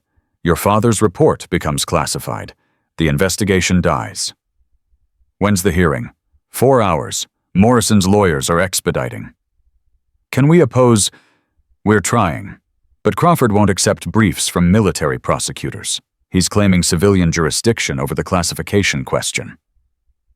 Elena's mind raced. There has to be another way. There might be, but you're not going to like it. Tell me. The only way to prevent classification is to make the information public before Crawford rules. Once it's in the public domain, classification becomes moot. You're talking about a leak. I'm talking about a press conference, official disclosure, authorized by someone with enough rank to justify the release. Who has that authority? Harrison was silent for a moment. As of this morning, General Patricia Westbrook, commander of Special Operations Command. She's been briefed on the investigation. She's sympathetic, and she has the authority to declassify any document related to Special Operations personnel. Will she do it? She'll do it if you convince her to do it. She wants to meet with you, face to face, before she puts her career on the line. Where? Pentagon. You have 3 hours to get there. Elena hung up and turned to the room. I need transportation to Washington, now. Ghost stood. I'll fly you myself. You have a plane? I have access to a plane. Belongs to a friend who owes me more favors than he can count. He grabbed his jacket. Reyes, keep Webb secure. Keep recording. If we're not back by tonight, I'll release everything myself. Reyes's voice was steady. Whatever it takes. Elena looked at Webb. Can you hold on a little longer? I've been holding on for 8 years. He almost smiled. Few more hours won't kill me. They made the Pentagon in 2 hours and 47 minutes. Ghost's contact turned out to be a retired Air Force colonel who didn't ask questions about why a 52-year-old man and a 20-year-old woman with bruises on her throat needed emergency air transport. General Patricia Westbrook received them in a secure conference room. She was 61, silver-haired, with the bearing of someone who had spent 40 years commanding soldiers in impossible situations. Specialist Cross, Westbrook's voice was measured. I've read your file. I've read your father's file. I've read Harrison's preliminary report. Then you know why I'm here. I know why you think you're here. You think I can save your investigation with a press conference and some declassification signatures. Westbrook folded her hands on the table. What you don't know is the cost of that choice. Tell me. If I go public, if I declassify these documents, if I authorize official disclosure before Judge Crawford can rule, I will be ending my career. 38 years of service. Every achievement. Every sacrifice. Gone. Westbrook's eyes held Elena's without blinking. The administration will disown me. The Pentagon will claim I acted without authorization. I will become the scapegoat for everyone who wants this story to go away. With respect, General, my father gave more than his career. I know. That's why you're sitting in that chair instead of a jail cell. Westbrook stood and moved to the window. I knew Marcus. Not well. But I knew him. I know what kind of man he was, what kind of soldier, what kind of father. Then you know I won't stop, with or without your help. That's what I'm afraid of. Westbrook turned. You're 20 years old. You have your whole life ahead of you. If you pursue this without official backing, you'll be destroyed, court-martialed, imprisoned. Everything you've accomplished will be erased. I don't care about my career. You should, because your career is how you continue fighting. Your career is how you protect other soldiers from what happened to your father. Your career is how you honor his memory beyond just punishing his killers. Elena was silent. I'm not going to tell you what to do, Westbrook continued. You're not under my command. You're not even in my chain of responsibility. But I'm going to tell you what I see when I look at you. What? I see a weapon, a very effective weapon honed for a specific purpose. You've done everything right. You've gathered evidence. You've built alliances. You've positioned yourself to strike at the heart of a conspiracy that has been operating for 15 years. Westbrook paused. But weapons without guidance cause collateral damage. They destroy things that they don't intend to destroy. They leave wreckage that takes generations to clean up. What are you suggesting? I'm suggesting you let me help you, not just today, not just for this fight, but for the war that comes after. Westbrook sat back down across from Elena. Crawford's hearing is in 90 minutes. If I authorize declassification now, the press conference happens in 2 hours. Morrison's classification motion becomes irrelevant. Holt's network is exposed. Your father gets justice. And then we build something. A task force, official authority to investigate internal corruption, personnel handpicked for integrity, resources, legal protection. Westbrook's eyes burned with something Elena recognized, the same fire that drove her own heart. We turn your revenge into a mission, your pain into a purpose, your father's death into a legacy that saves other fathers from the same fate. Elena looked at Ghost. He nodded once, barely perceptible. General Westbrook, Elena's voice was steady. I accept your offer. Westbrook smiled. It transformed her face, softening the hard edges of command. Then let's end this, together. She reached for her phone. This is General Westbrook. Get me the Secretary of Defense. Tell him we're going public. The next 60 minutes moved with the controlled chaos of a military operation. Westbrook's staff mobilized press contacts. Harrison's team transmitted Webb's testimony to secure servers that Morrison's lawyers couldn't touch. Reyes coordinated with federal marshals preparing to execute arrest warrants the moment the press conference ended. Elena watched it all unfold from the conference room, her phone pressed to her ear. Webb's still talking, Reyes reported. He's given us 3 more names, 2 colonels and a civilian contractor who handled the offshore payments. Harrison's team is verifying everything in real time. Is he holding up? Better than expected. I think he's relieved. 8 years of guilt coming out all at once. Keep him protected. Morrison will try to silence him before this goes public. I've got 4 federal marshals on site. Nobody gets through that door. Elena hung up as Westbrook returned. The Secretary of Defense is on board. Press conference in 45 minutes. Pentagon briefing room. Westbrook handed her a folder. Your father's service record, declassified as of 10 minutes ago. Every mission, every commendation, everything the American people should have known 8 years ago. Elena opened the folder. Her hands trembled as she turned pages filled with her father's life. Photographs she'd never seen. Citations for valor she'd never known existed. A letter of recommendation for promotion to captain dated 3 days before Operation Fallen Star. He never knew, Elena whispered. He never knew he was being promoted. He knew he was being watched. He knew his concerns about Morrison were making people nervous. Westbrook's voice was gentle. That's why he gave you his report. That's why he prepared you for what might come. He was trying to protect me. He was trying to ensure that if he didn't survive, someone would continue the mission. Westbrook placed her hand on Elena's shoulder. He chose well. Ghost appeared in the doorway. It's time. Elena closed the folder, tucked it under her arm, stood. Let's finish this. The Pentagon briefing room was standing room only.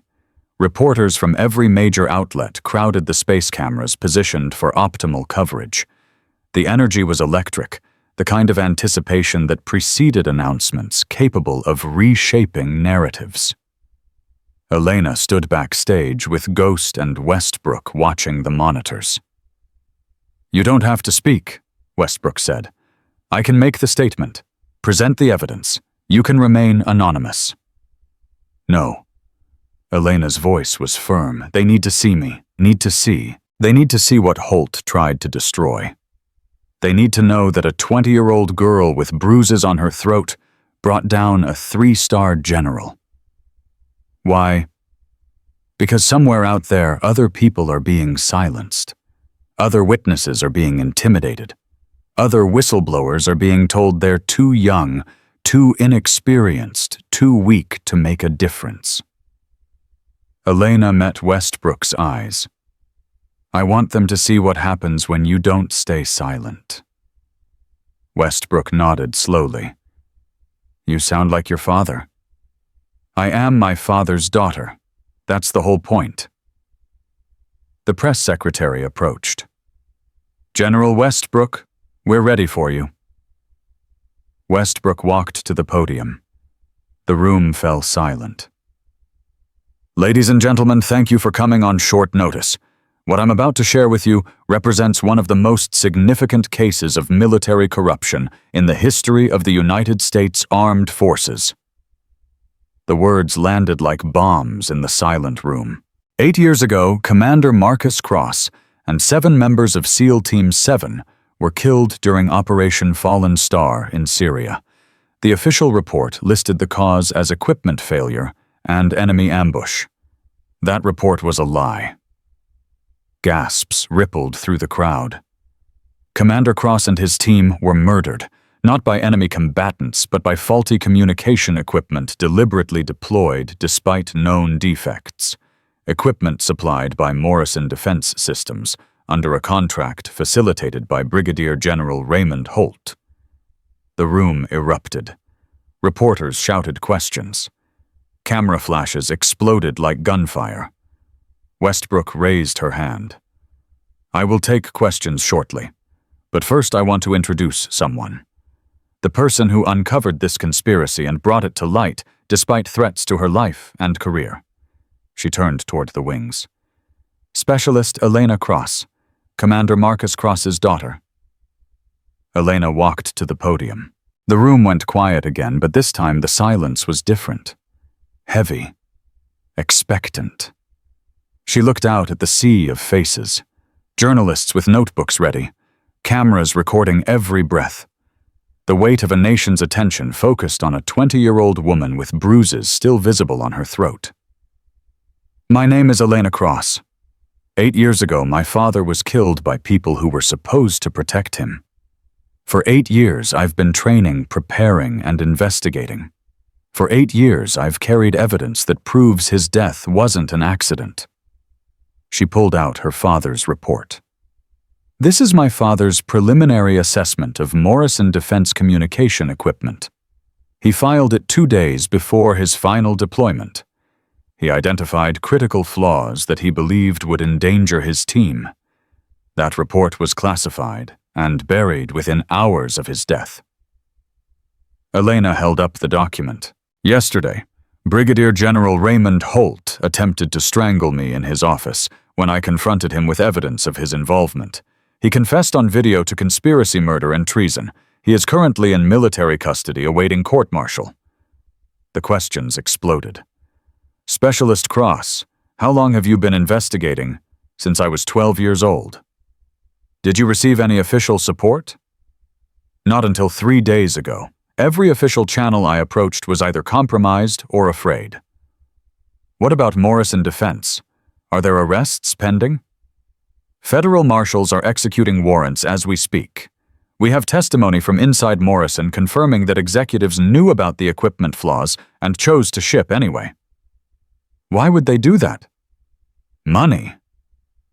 Elena's voice hardened. Morrison had a government contract with financial penalties for late delivery. Fixing the equipment would have cost them millions. They decided American lives were cheaper than their profit margin. A reporter in the front row raised her hand. Specialist Cross, you're 20 years old. How did you manage to uncover what official investigators couldn't? Elena paused, considered her answer carefully. Because I had nothing to lose. My father is dead. My career was destroyed the moment I started asking questions. The people who run these systems assume that fear of consequences will keep people quiet. She leaned forward. They're wrong. Fear doesn't work on people who've already lost everything they care about. What happens now? Now the system works. Colonel Harrison from the Inspector General's office is leading the investigation. Captain Reyes is coordinating prosecution. General Westbrook has authorized full disclosure. Elena straightened. My job is done. Now it's time for accountability. Westbrook stepped back to the podium. I'll take additional questions, but first I want to make something clear. What Specialist Cross accomplished represents the best traditions of American military service. She identified wrongdoing, she gathered evidence, she brought forward witnesses, and she did all of this while facing threats and intimidation from people who should have been protecting her. General, what does this mean for the broader military procurement system? It means reform, immediate and comprehensive reform. We will be conducting a top-to-bottom review of every defense contractor relationship. We will be implementing new whistleblower protections. We will be ensuring that something like this can never happen again. And General Holt? General Holt will face the full weight of military justice. The charges include conspiracy accessory to murder, treason, and assault. If convicted, he will spend the rest of his life in prison. The press conference continued for another hour. Elena answered questions until her voice gave out.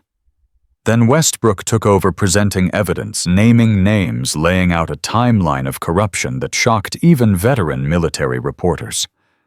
When it was finally over, Elena walked out of the Pentagon into afternoon sunlight. Ghost was waiting. How do you feel? Elena considered the question. Empty. That's normal. Combat high wears off. Adrenaline fades. You're left with whatever was underneath. What's underneath? That's what you get to figure out now. Ghost guided her toward a waiting car. Reyes called. Morrison's CEO has been arrested. 3 executives are cooperating with federal prosecutors. The company's stock has dropped 40% in the last 2 hours. Good. There's more. Judge Crawford recused himself from the classification hearing. Apparently someone leaked his financial connections to Morrison. His judicial career is over. Better. And Holt is asking to see you. Elena stopped walking. What? He's in isolation at Fort Leavenworth. His lawyers are negotiating a plea deal, but he's refusing to cooperate unless he can speak with you first. Why would I agree to that? You don't have to. Reyes says his cooperation isn't necessary. Webb's testimony is enough. The documents are enough. Holt is finished with or without a confession. Then why does he want to see me? Ghost shrugged. Guilt, ego, some last attempt at manipulation. I don't know his mind. Elena stood in the sunlight, feeling its warmth on her face. 8 years of her life had led to this moment. 8 years of preparation, of pain, of purpose. And now it was almost over. I'll see him. Elena, he tried to kill me. He murdered my father. He looked me in the eye and told me I was going to have an accident. Her voice was quiet, but certain. I want to look him in the eye and tell him how it ends. Ghost studied her for a long moment. I'll arrange it. Fort Leavenworth was a 4-hour drive from Washington. Ghost drove while Elena sat in silence watching the American landscape roll past. Small towns, farmland, the ordinary beauty of a country that had no idea what was happening in its shadows. The military prison was exactly what she'd expected. Stark, institutional, designed to remind inmates that they had forfeited their place in civilized society. Holt was waiting in an interrogation room. He looked diminished. The confident general who had towered over her just days ago was gone, replaced by an old man in prison orange. He looked up when she entered. You came. You asked? I didn't think you would. Holt gestured to the chair across from him. Please, sit. I'll stand. Something flickered in his eyes. Not quite fear. Not quite respect. Something in between. I've been watching the coverage. You've become quite famous. The girl who brought down a general. Is that what you wanted to talk about, my fame? No. Holt's voice dropped. I wanted to explain. Explain what? Why you murdered 8 Americans for money. Why you spent 15 years selling out soldiers who trusted you. Why I did what I did. The context. The pressures. Holt leaned forward. You think I'm a monster. You think I woke up one morning and decided to become corrupt. That's not how it works. Then tell me how it works. It starts small. A favor here. An overlooked discrepancy there. Someone important asks you to smooth over a problem, and you do it because that's how the system works. Everyone does it. Everyone plays the game. The game killed my father. Your father was an idealist. He thought reporting problems through proper channels would fix them. He didn't understand that the channels are owned by the people who create the problems. Holt's voice was bitter. Morrison Defense had contracts worth billions. They employed lobbyists who golfed with senators. They donated to campaigns. They were woven into the fabric of national security in ways that made them untouchable. So you decided to join them instead of fight them. I decided to survive, to advance, to have power instead of being crushed by it. Holt met her eyes. Your father made a different choice. Look where it got him. Elena felt heat rising in her chest. 8 years of grief and rage demanding release. My father died a hero. He died trying to protect soldiers from people like you. He died because he believed the truth mattered more than his career. And where is he now? A name on a wall, a flag in a case, a memory that fades a little more each year. He's here. Elena touched her heart. Every day, every moment. He's with me. He's been with me through every step of this investigation. His principles, his courage, his absolute refusal to compromise with evil. Her voice cracked. That's where he is, General. Where are you? Holt was silent. You're in a prison cell. Your career is over. Your name is destroyed. Everyone who ever respected you now knows what you really are. Elena leaned forward. My father is dead, but he won. You're alive, and you've lost everything. I wanted to apologize. The words hung in the air. What? I wanted to apologize. For your father.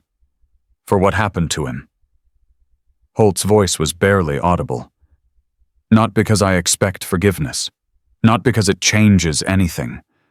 But because someone should say it. Someone should acknowledge that what happened was wrong. You don't get to apologize. I know. Apologies are for accidents, for mistakes, for things that couldn't be prevented.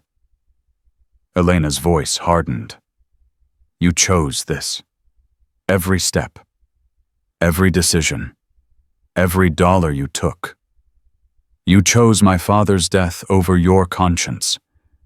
An apology doesn't cover that. Then what do you want from me?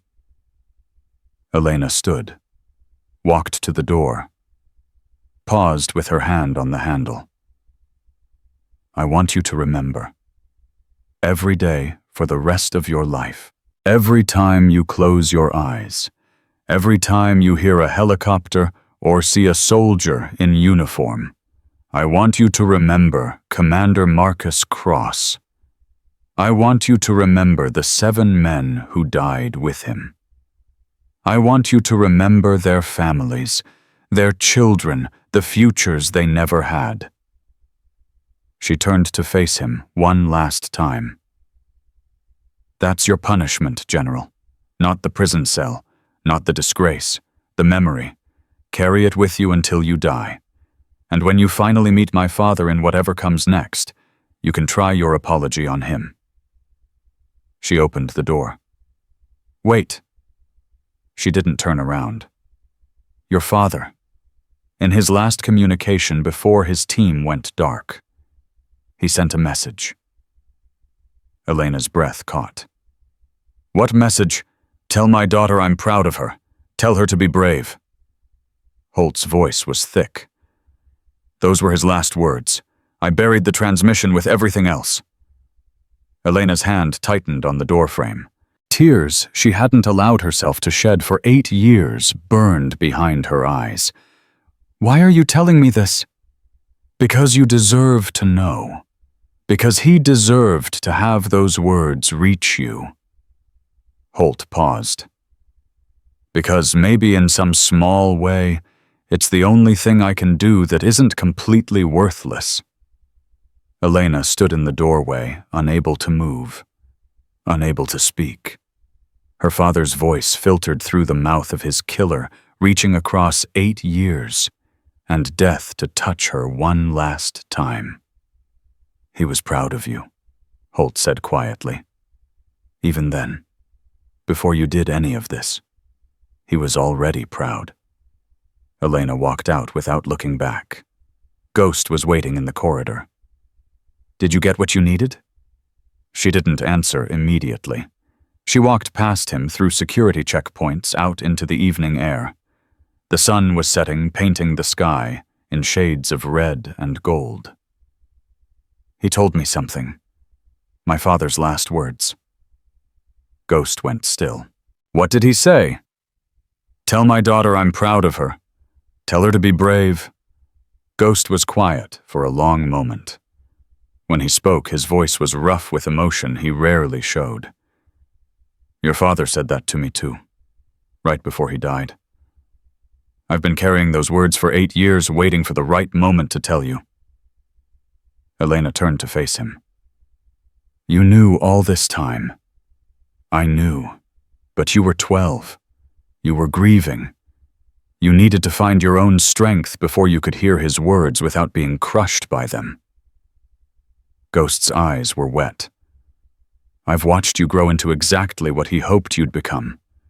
Every training session, every skill you mastered, every moment you chose to be brave instead of afraid. Why didn't you tell me? Because you had to earn it. Not his pride, you already had that. You had to earn your own. You had to become someone who could hear those words and know they were deserved. Elena stood in the fading sunlight, 8 years of grief, finally finding release. Tears streamed down her face. Not tears of sadness. Not tears of pain. Tears of completion. Of closure. Of a journey that had finally reached its destination. Ghost put his arms around her. The first real embrace he'd allowed himself in all the years he'd trained her. He would be so proud, little shadow. You did it. You finished the mission. It's not finished yet. The hardest part is, everything else is just cleanup. Elena stepped back, wiping her eyes. Westbrook offered me a position, a task force, official authority to investigate internal corruption.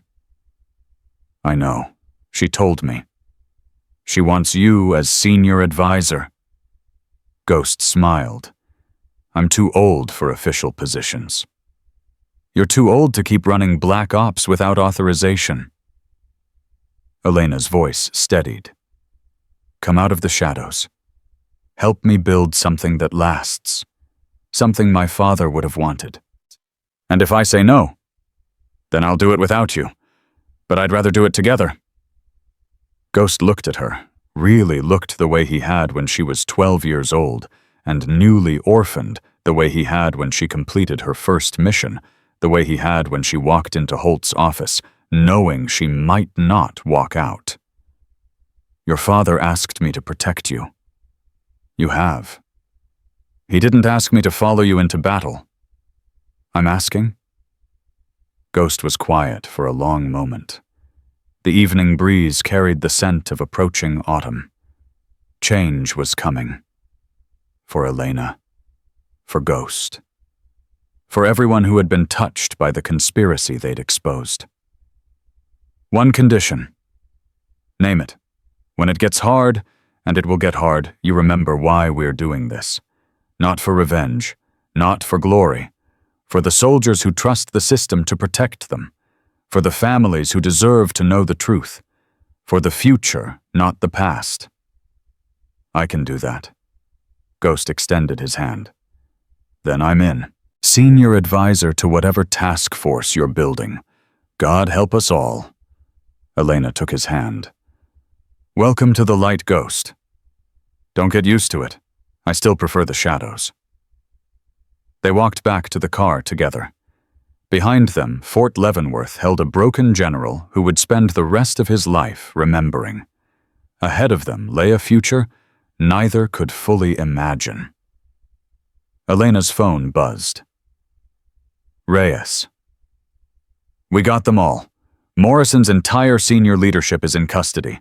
The company is filing for bankruptcy. Shareholders are already suing. And the equipment recalled. Every unit. Army, Navy, Marines. Complete supply chain audit. Reyes paused. It's over, Elena. We won. Elena looked at Ghost, at the road ahead, at the setting sun. It's not over. It's just beginning. What do you mean? Morrison was one company. Holt was one general. There are others, other conspiracies, other betrayals, other soldiers being endangered by people who should protect them. You can't fix everything. No, but I can try. Elena got into the car. I'll be in Washington tomorrow. Tell Westbrook to have the task force paperwork ready. She hung up and looked at Ghost. Ready. Are you? Elena thought about her father, about his last words, about the pride he'd felt for a daughter who hadn't yet done anything to deserve it, about earning that pride every day for the rest of her life. Let's go to work. 6 months changed everything. Elena stood at the head of a secure briefing room in the Pentagon, facing 40 hand-picked personnel who had become her team. Investigators, analysts, operators, legal specialists, people who understood that the most dangerous enemies sometimes wore American uniforms. Ghost sat in the front row, his official title now Command Sergeant Major and Senior Enlisted Advisor. The shadows he'd lived in for 30 years had given way to fluorescent lights and government paperwork, but his eyes still held the same watchful intensity. Captain Reyes had been promoted to Major and served as Chief Legal Counsel. Webb granted immunity in exchange for his testimony worked as a civilian consultant specializing in defense contractor oversight. Even Colonel Harrison had joined, taking early retirement from the Inspector General's office to serve as Deputy Director. Our mission is simple. Elena began, her voice carrying the authority of someone who had earned every word. Identify internal threats to American military operations, officers who betray trust, contractors who prioritize profit over lives, systems that enable corruption. She pulled up the first case file on the screen behind her. This is Operation Clean Sweep, defense contractor supplying body armor to deployed units. 3 soldiers dead in the last month from equipment that failed under combat conditions. Someone signed off on those shipments knowing the armor was defective. Sounds familiar, Ghost muttered. It should. Same pattern, same methods, different players. Elena advanced to the next slide.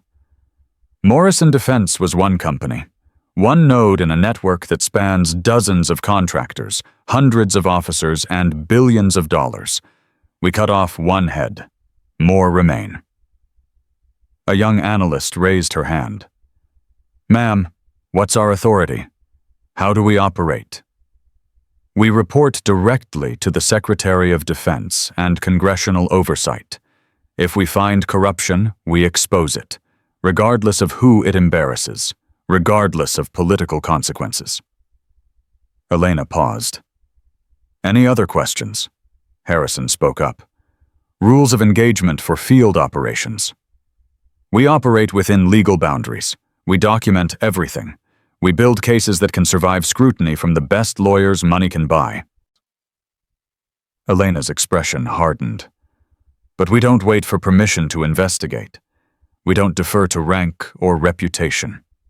We follow evidence wherever it leads, and we don't stop until the mission is complete. The room was silent. This isn't a job. It's not a career advancement opportunity. It's a calling. Elena looked at each face in turn. Everyone in this room has seen what happens when good people stay silent. Everyone in this room has lost something to corruption. That's why you're here. That's why I chose you. She closed the briefing folder. First operation begins in 72 hours. Review your assignments. Coordinate with your teams. Report anomalies immediately. She straightened. Dismissed. The room emptied slowly. Elena watched her people file out, already clustering into working groups, already beginning the work that would define their futures. Ghost remained seated. You sound like a commander. I feel like a fraud. That's normal. Every good leader feels like they're faking it. Ghost stood and moved to stand beside her. Your father felt the same way after his first command. Told me he kept waiting for someone to realize they'd made a mistake promoting him. What happened? He stopped waiting, started focusing on the mission instead of his doubts. Ghost touched her shoulder. You'll get there too. Elena's phone buzzed. She checked the screen and felt her blood run cold. What is it? She showed him the message. Congratulations on your new command, Lieutenant Cross. Holt was middle management. Real architects remain operational. We're watching. Nightfall. Ghost's expression didn't change, but his voice dropped to a whisper. Same signature as before. Identical. They've been monitoring since the beginning. What do you want to do? Elena stared at the message. 6 months ago, it would have filled her with rage. Now she felt something different, something colder, more calculating. Trace it. Find out who Nightfall is. Add them to our target list. They want you to know they're watching. Good. Let them watch. Elena deleted the message. Let them underestimate what we're building here. Let them think I'm still the same 20-year-old girl who stumbled into Holt's conspiracy by accident. You're not that girl anymore. No. Elena turned to face him. I'm something they should be afraid of. The body armor investigation moved fast. Within 48 hours, Elena's team had identified the contractor, traced the faulty shipments, and built a preliminary case that implicated 2 Army colonels and a civilian procurement officer. Elena reviewed the evidence in her office, Ghost standing watch by the door. The colonels are career officers, 30 years each, families, grandchildren. She flipped through photographs. They've been taking payments from Meridian Defense for 5 years, kickbacks for approving substandard equipment. How many soldiers died wearing that equipment? 17 confirmed, possibly more. Elena's voice was flat.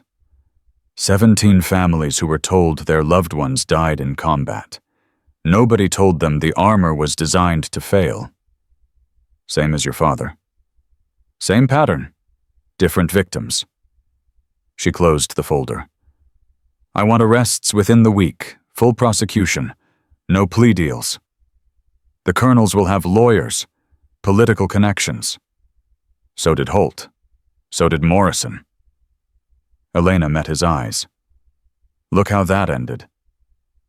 Ghost almost smiled. You've gotten harder. I've gotten focused. There's a difference.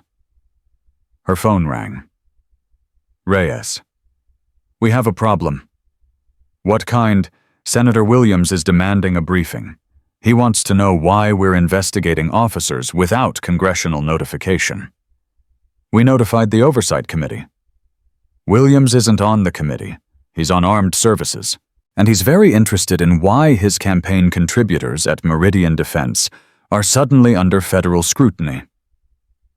Elena felt the familiar tightness in her chest. Political interference. The same weapon that had protected Holt for 15 years. When does he want to meet? Tomorrow. His office. 9 a.m.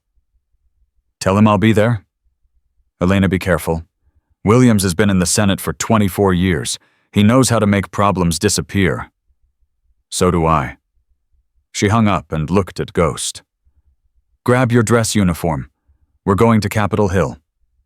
Senator Arthur Williams was exactly what Elena expected. 67 years old, silver-haired, the practiced smile of someone who had been shaking hands and making deals since before she was born. Lieutenant Cross, he gestured to a chair in his private office.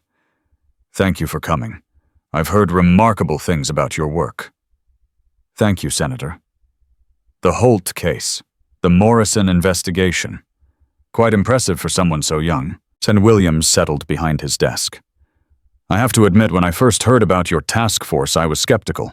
A 20-year-old commanding officer's twice her age, it seemed unconventional. Results speak for themselves, sir. Indeed they do. Williams's smile didn't reach his eyes. Which brings me to my concern. I've received reports that your task force is investigating Meridian Defense, a company that employs 12,000 Americans, a company that has been a trusted partner to our military for 15 years. A company that has been supplying defective body armor that has resulted in 17 confirmed deaths, sir. Williams's expression flickered, just for an instant. Those are serious allegations. They're documented facts. My team has procurement records, quality assurance reports, and testimony from inside Meridian confirming that executives knew about the defects and chose to ship anyway. And you're certain this evidence is reliable? I'm certain enough to proceed with arrests. Elena leaned forward. Senator, I understand that Meridian is a significant employer in your state. I understand that their executives have been generous campaign contributors. But none of that changes the fact that 17 soldiers are dead because someone decided profits mattered more than lives. Williams was quiet for a moment. Lieutenant Cross, may I give you some advice, political advice from someone who has been navigating Washington for decades? Of course, sir. The system you're trying to change has existed longer than you've been alive. It has defenders who are far more powerful than you can imagine. It has survived investigations before. It will survive yours. Is that a threat, Senator? It's an observation. Williams stood and walked to the window. I'm not your enemy. I'm not trying to protect corrupt contractors or murderous officers, but I am trying to help you understand the reality of what you're facing. And what reality is that? The reality that every investigation creates enemies. Every arrest makes someone powerful very unhappy. Every victory you win generates resistance from people who have far more resources than your task force will ever have. Williams turned to face her. You're 20 years old. You have a remarkable career ahead of you. Don't throw it away tilting at windmills. Elena stood. Senator, my father was Commander Marcus Cross, SEAL Team 7. He was killed 8 years ago by defective equipment supplied by Morrison Defense, equipment that was approved by Brigadier General Raymond Holt, who is currently serving a life sentence at Fort Leavenworth. Williams's expression changed. Something shifted behind his eyes. I didn't know. You didn't ask. You assumed I was a young officer who could be intimidated by political pressure. You assumed wrong. Elena moved toward the door. Meridian Defense will be investigated. The colonels who took their bribes will be arrested. And if the evidence leads to anyone else, anyone at all, they will be prosecuted with the full weight of military justice. Lieutenant Cross, I appreciate your advice, Senator. But I've learned something important over the past 8 years. The system doesn't protect itself. People protect it. People with power. People with connections. People who benefit from keeping things exactly as they are. Elena opened the door. I'm not one of those people. And I never will be. She walked out without looking back. Ghost was waiting in the hallway. How'd it go? He tried to intimidate me. Did it work? Elena smiled. It wasn't a pleasant expression. What do you think? The arrests came 3 days later. Simultaneous warrants served at dawn. 2 colonels pulled from their homes in handcuffs while their families watched. The civilian procurement officer surrendered at his attorney's office, his face gray with fear. Meridian Defense's stock dropped 30% before the market opened. The CEO issued a statement denying any knowledge of wrongdoing and promising full cooperation with investigators. Elena watched the coverage from her office, feeling nothing. "You should be celebrating," Reyes said, entering with a stack of files. "This is the biggest military corruption case since Holt." "Holt was personal. This is just work. Work that's saving lives. The armor recall affects 30,000 deployed soldiers. Every one of them is going home safer because of what you did." "Safer. Not safe." Elena turned from the screen. "Nightfall is still out there. The real architects, whoever they are. We've cut off 2 heads, but the body keeps moving." "We'll find them. When how many more soldiers die while we're looking?" Reyes sat down across from Elena's desk. "I've been doing this for 10 years.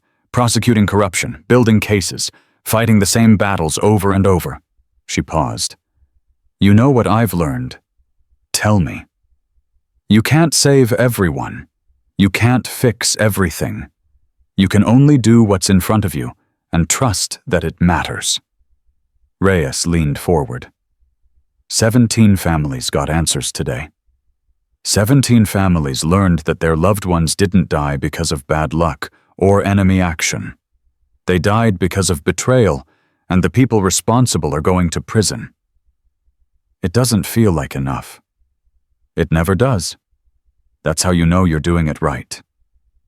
Elena's phone buzzed. Unknown number. She answered on the second ring. "Lieutenant Cross? Congratulations on your latest victory." The voice was electronically distorted. Unidentifiable. "Meridian was becoming a liability anyway. You've done us a favor." Elena's blood went cold. "Who is this?" "You know who this is. You've been receiving my messages for 6 months." A pause. "Nightfall." Ghost moved closer, trying to hear. Elena put the phone on speaker. "What do you want?" "To offer you a choice. The same choice your father was offered 8 years ago." The distorted voice carried something almost like admiration. "Join us. Use your position to protect our interests. In return, you'll have resources beyond anything the military can provide. Protection, power, purpose. You killed my father. We eliminated a threat. There's a difference." A pause. "Your father could have been useful. Instead, he chose to be righteous. That choice got his entire team killed. And you think I'll make a different choice? I think you're smarter than he was, more pragmatic. You've seen how the system works now. You've seen how easily powerful people protect each other. You've seen how investigations get buried and witnesses disappear." The voice hardened. "You can spend the rest of your career fighting that system. Or you can become part of it, the part that actually wins." Elena looked at Ghost. His face was stone. "Let me make sure I understand. You're offering me money and power in exchange for looking the other way while soldiers die." "I'm offering you survival. You've made powerful enemies, Lieutenant Cross. Enemies who don't forgive. Enemies who don't forget. Enemies who are very, very patient." A pause. "Accept our offer, and those enemies become your allies. Refuse, and you'll spend the rest of your life looking over your shoulder." Elena was quiet for a long moment. "My father taught me something. He taught me that some things are worth more than survival.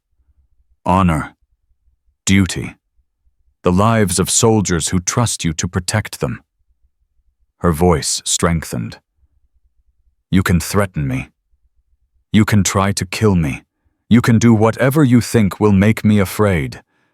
But I will never stop hunting you. I will never stop exposing you. And I will never ever become what you are." Silence on the line. "Then you've made your choice," I made my choice 8 years ago, when I watched them bury my father with a flag and a lie. Elena's grip tightened on the phone. You should know something. The next time you send me a message, it won't be a conversation. It will be a warrant. I'm going to find you. I'm going to expose you. And I'm going to watch you spend the rest of your life in prison remembering the moment you thought you could buy me. Bold words for a 20-year-old girl. I'm not a girl. I'm Commander Marcus Cross's daughter, and I'm coming for you. She hung up. The room was silent. That was either very brave or very stupid, Reyes said quietly. It was necessary. Elena stood. They needed to know I can't be bought. They needed to know the rules have changed. They'll escalate, Ghost warned. Threats, attacks, they'll come at you with everything they have. Good. Let them escalate. Let them expose themselves trying to stop us. Elena moved to the window. Every attack is evidence. Every threat is a lead. Every time they try to silence us, they reveal another piece of their network. You're using yourself as bait. I'm using myself as a weapon. She turned to face them. That's what my father trained me for. That's what SEAL Team 7 spent 8 years preparing. Not just to fight, to draw fire, to make the enemy reveal themselves. Harrison entered the room, his face grave. We've got a situation. Senator Williams just announced a congressional investigation into your task force. He's claiming overreach, unauthorized surveillance, and violation of civilian contractors' rights. Of course he is. Elena felt no surprise, only cold determination. What's our response? General Westbrook is pushing back. She's got support from the Secretary of Defense and 3 members of the Oversight Committee. But Williams has allies. This is going to be a fight. Then we fight. Elena gathered the files from her desk. Schedule a press conference, tomorrow morning. I want to get ahead of whatever narrative Williams is trying to create. What are you going to say? The truth. Everything we've found. Everything we're investigating. Everything Nightfall just threatened. She paused. They want to play politics, fine. I'll play politics. But I'll do it in public where everyone can see. That's risky, Reyes warned. Exposing ongoing investigations could compromise future prosecutions.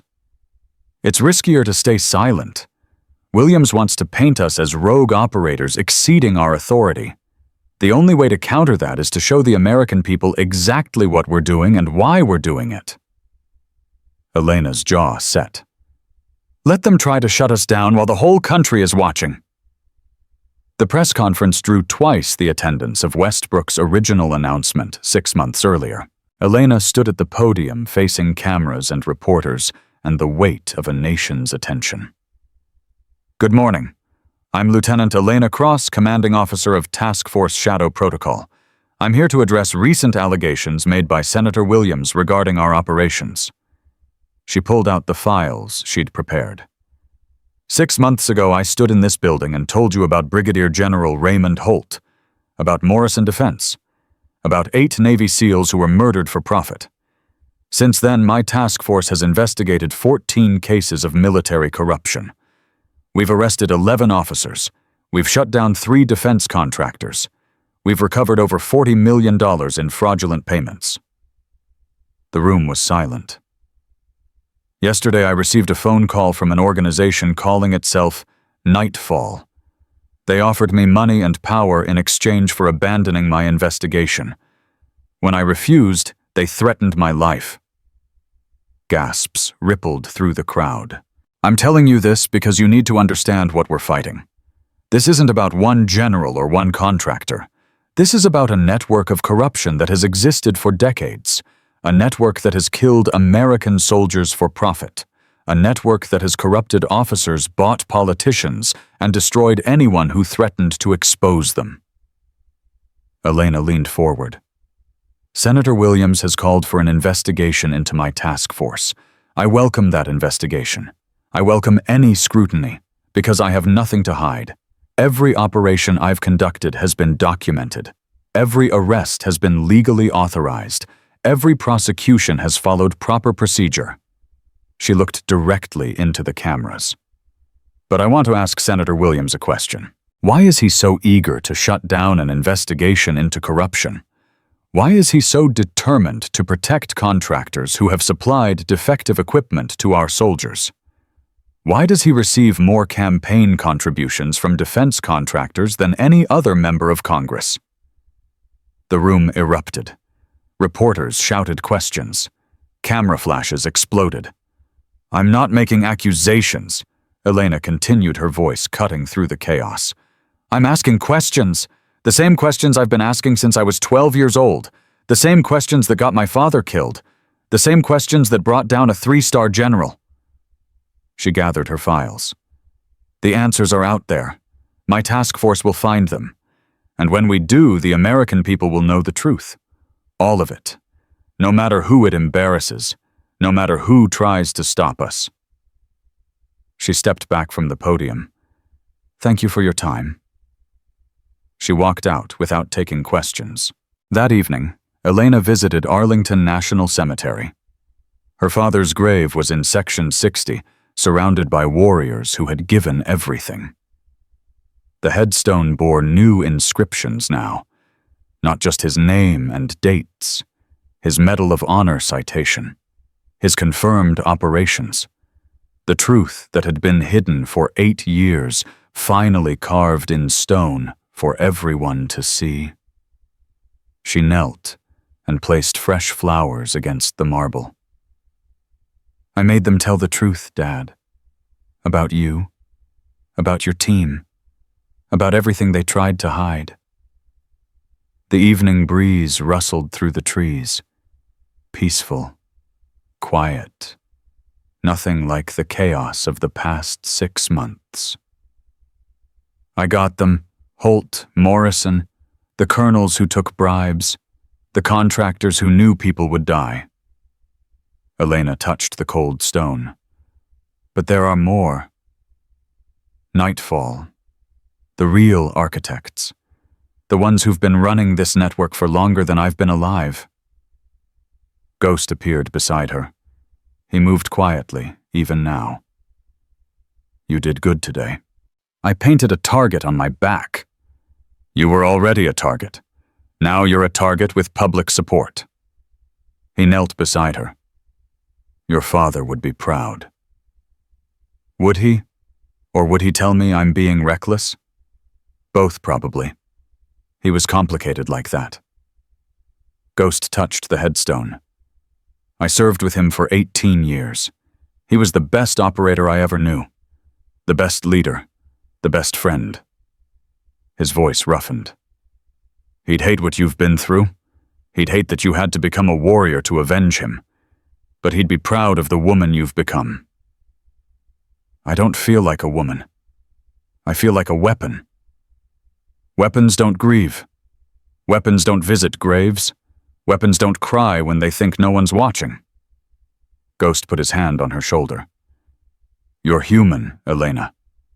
That's your strength, not your weakness. Sometimes it feels like weakness. I know. That's how you know it's real." They stood together in silence as the sun set behind them. Elena looked at the rows of graves stretching in every direction. Warriors, heroes, fathers and mothers and sons and daughters. All of them gone. All of them remembered. "I'm going to finish this," she said finally. "Whatever it takes, however long it takes. I'm going to find Nightfall. I'm going to expose every corrupt officer, every dirty contractor, every politician who took their money. I'm going to tear down the entire network." "I know. And when it's done, when every last one of them is in prison or worse, I'm going to come back here. I'm going to sit with my father, and I'm going to tell him it's over." "What then?" Elena looked at the graves around her, at the names of soldiers who had trusted the system to protect them, at the evidence of sacrifice that stretched as far as she could see. "Then I start over. New mission. New enemies. New battles. She turned to face Ghost. Because that's what soldiers do. We fight. We fall. We get up. We fight again. Until when? Until the fighting's done. Or until we are. Ghost nodded slowly. Your father said something similar. The night before his last mission, he said a warrior's work is never finished. It just gets passed to the next generation. And now it's my generation. Now it's yours. Elena looked at her father's grave one final time. At the man who had given her life, given her purpose, given her the strength to become something extraordinary. I won't let you down, Dad. I promise. She stood, straightened her uniform, squared her shoulders. Let's go. We have work to do. They walked away together past rows of fallen heroes toward a future that demanded everything they had to give. Behind them, Commander Marcus Cross's grave stood silent in the fading light. A warrior at rest. A father remembered. A legacy continued. Elena Cross was 20 years old. She had brought down a general, exposed a conspiracy, and declared war on corruption that had killed American soldiers for decades. She was just getting started. And somewhere in the shadows, the architects of Nightfall were learning what her father had known all along: the most dangerous weapon isn't the one you can see coming. It's the one that looks like someone's daughter, someone's sister, someone who has nothing left to lose and everything left to prove.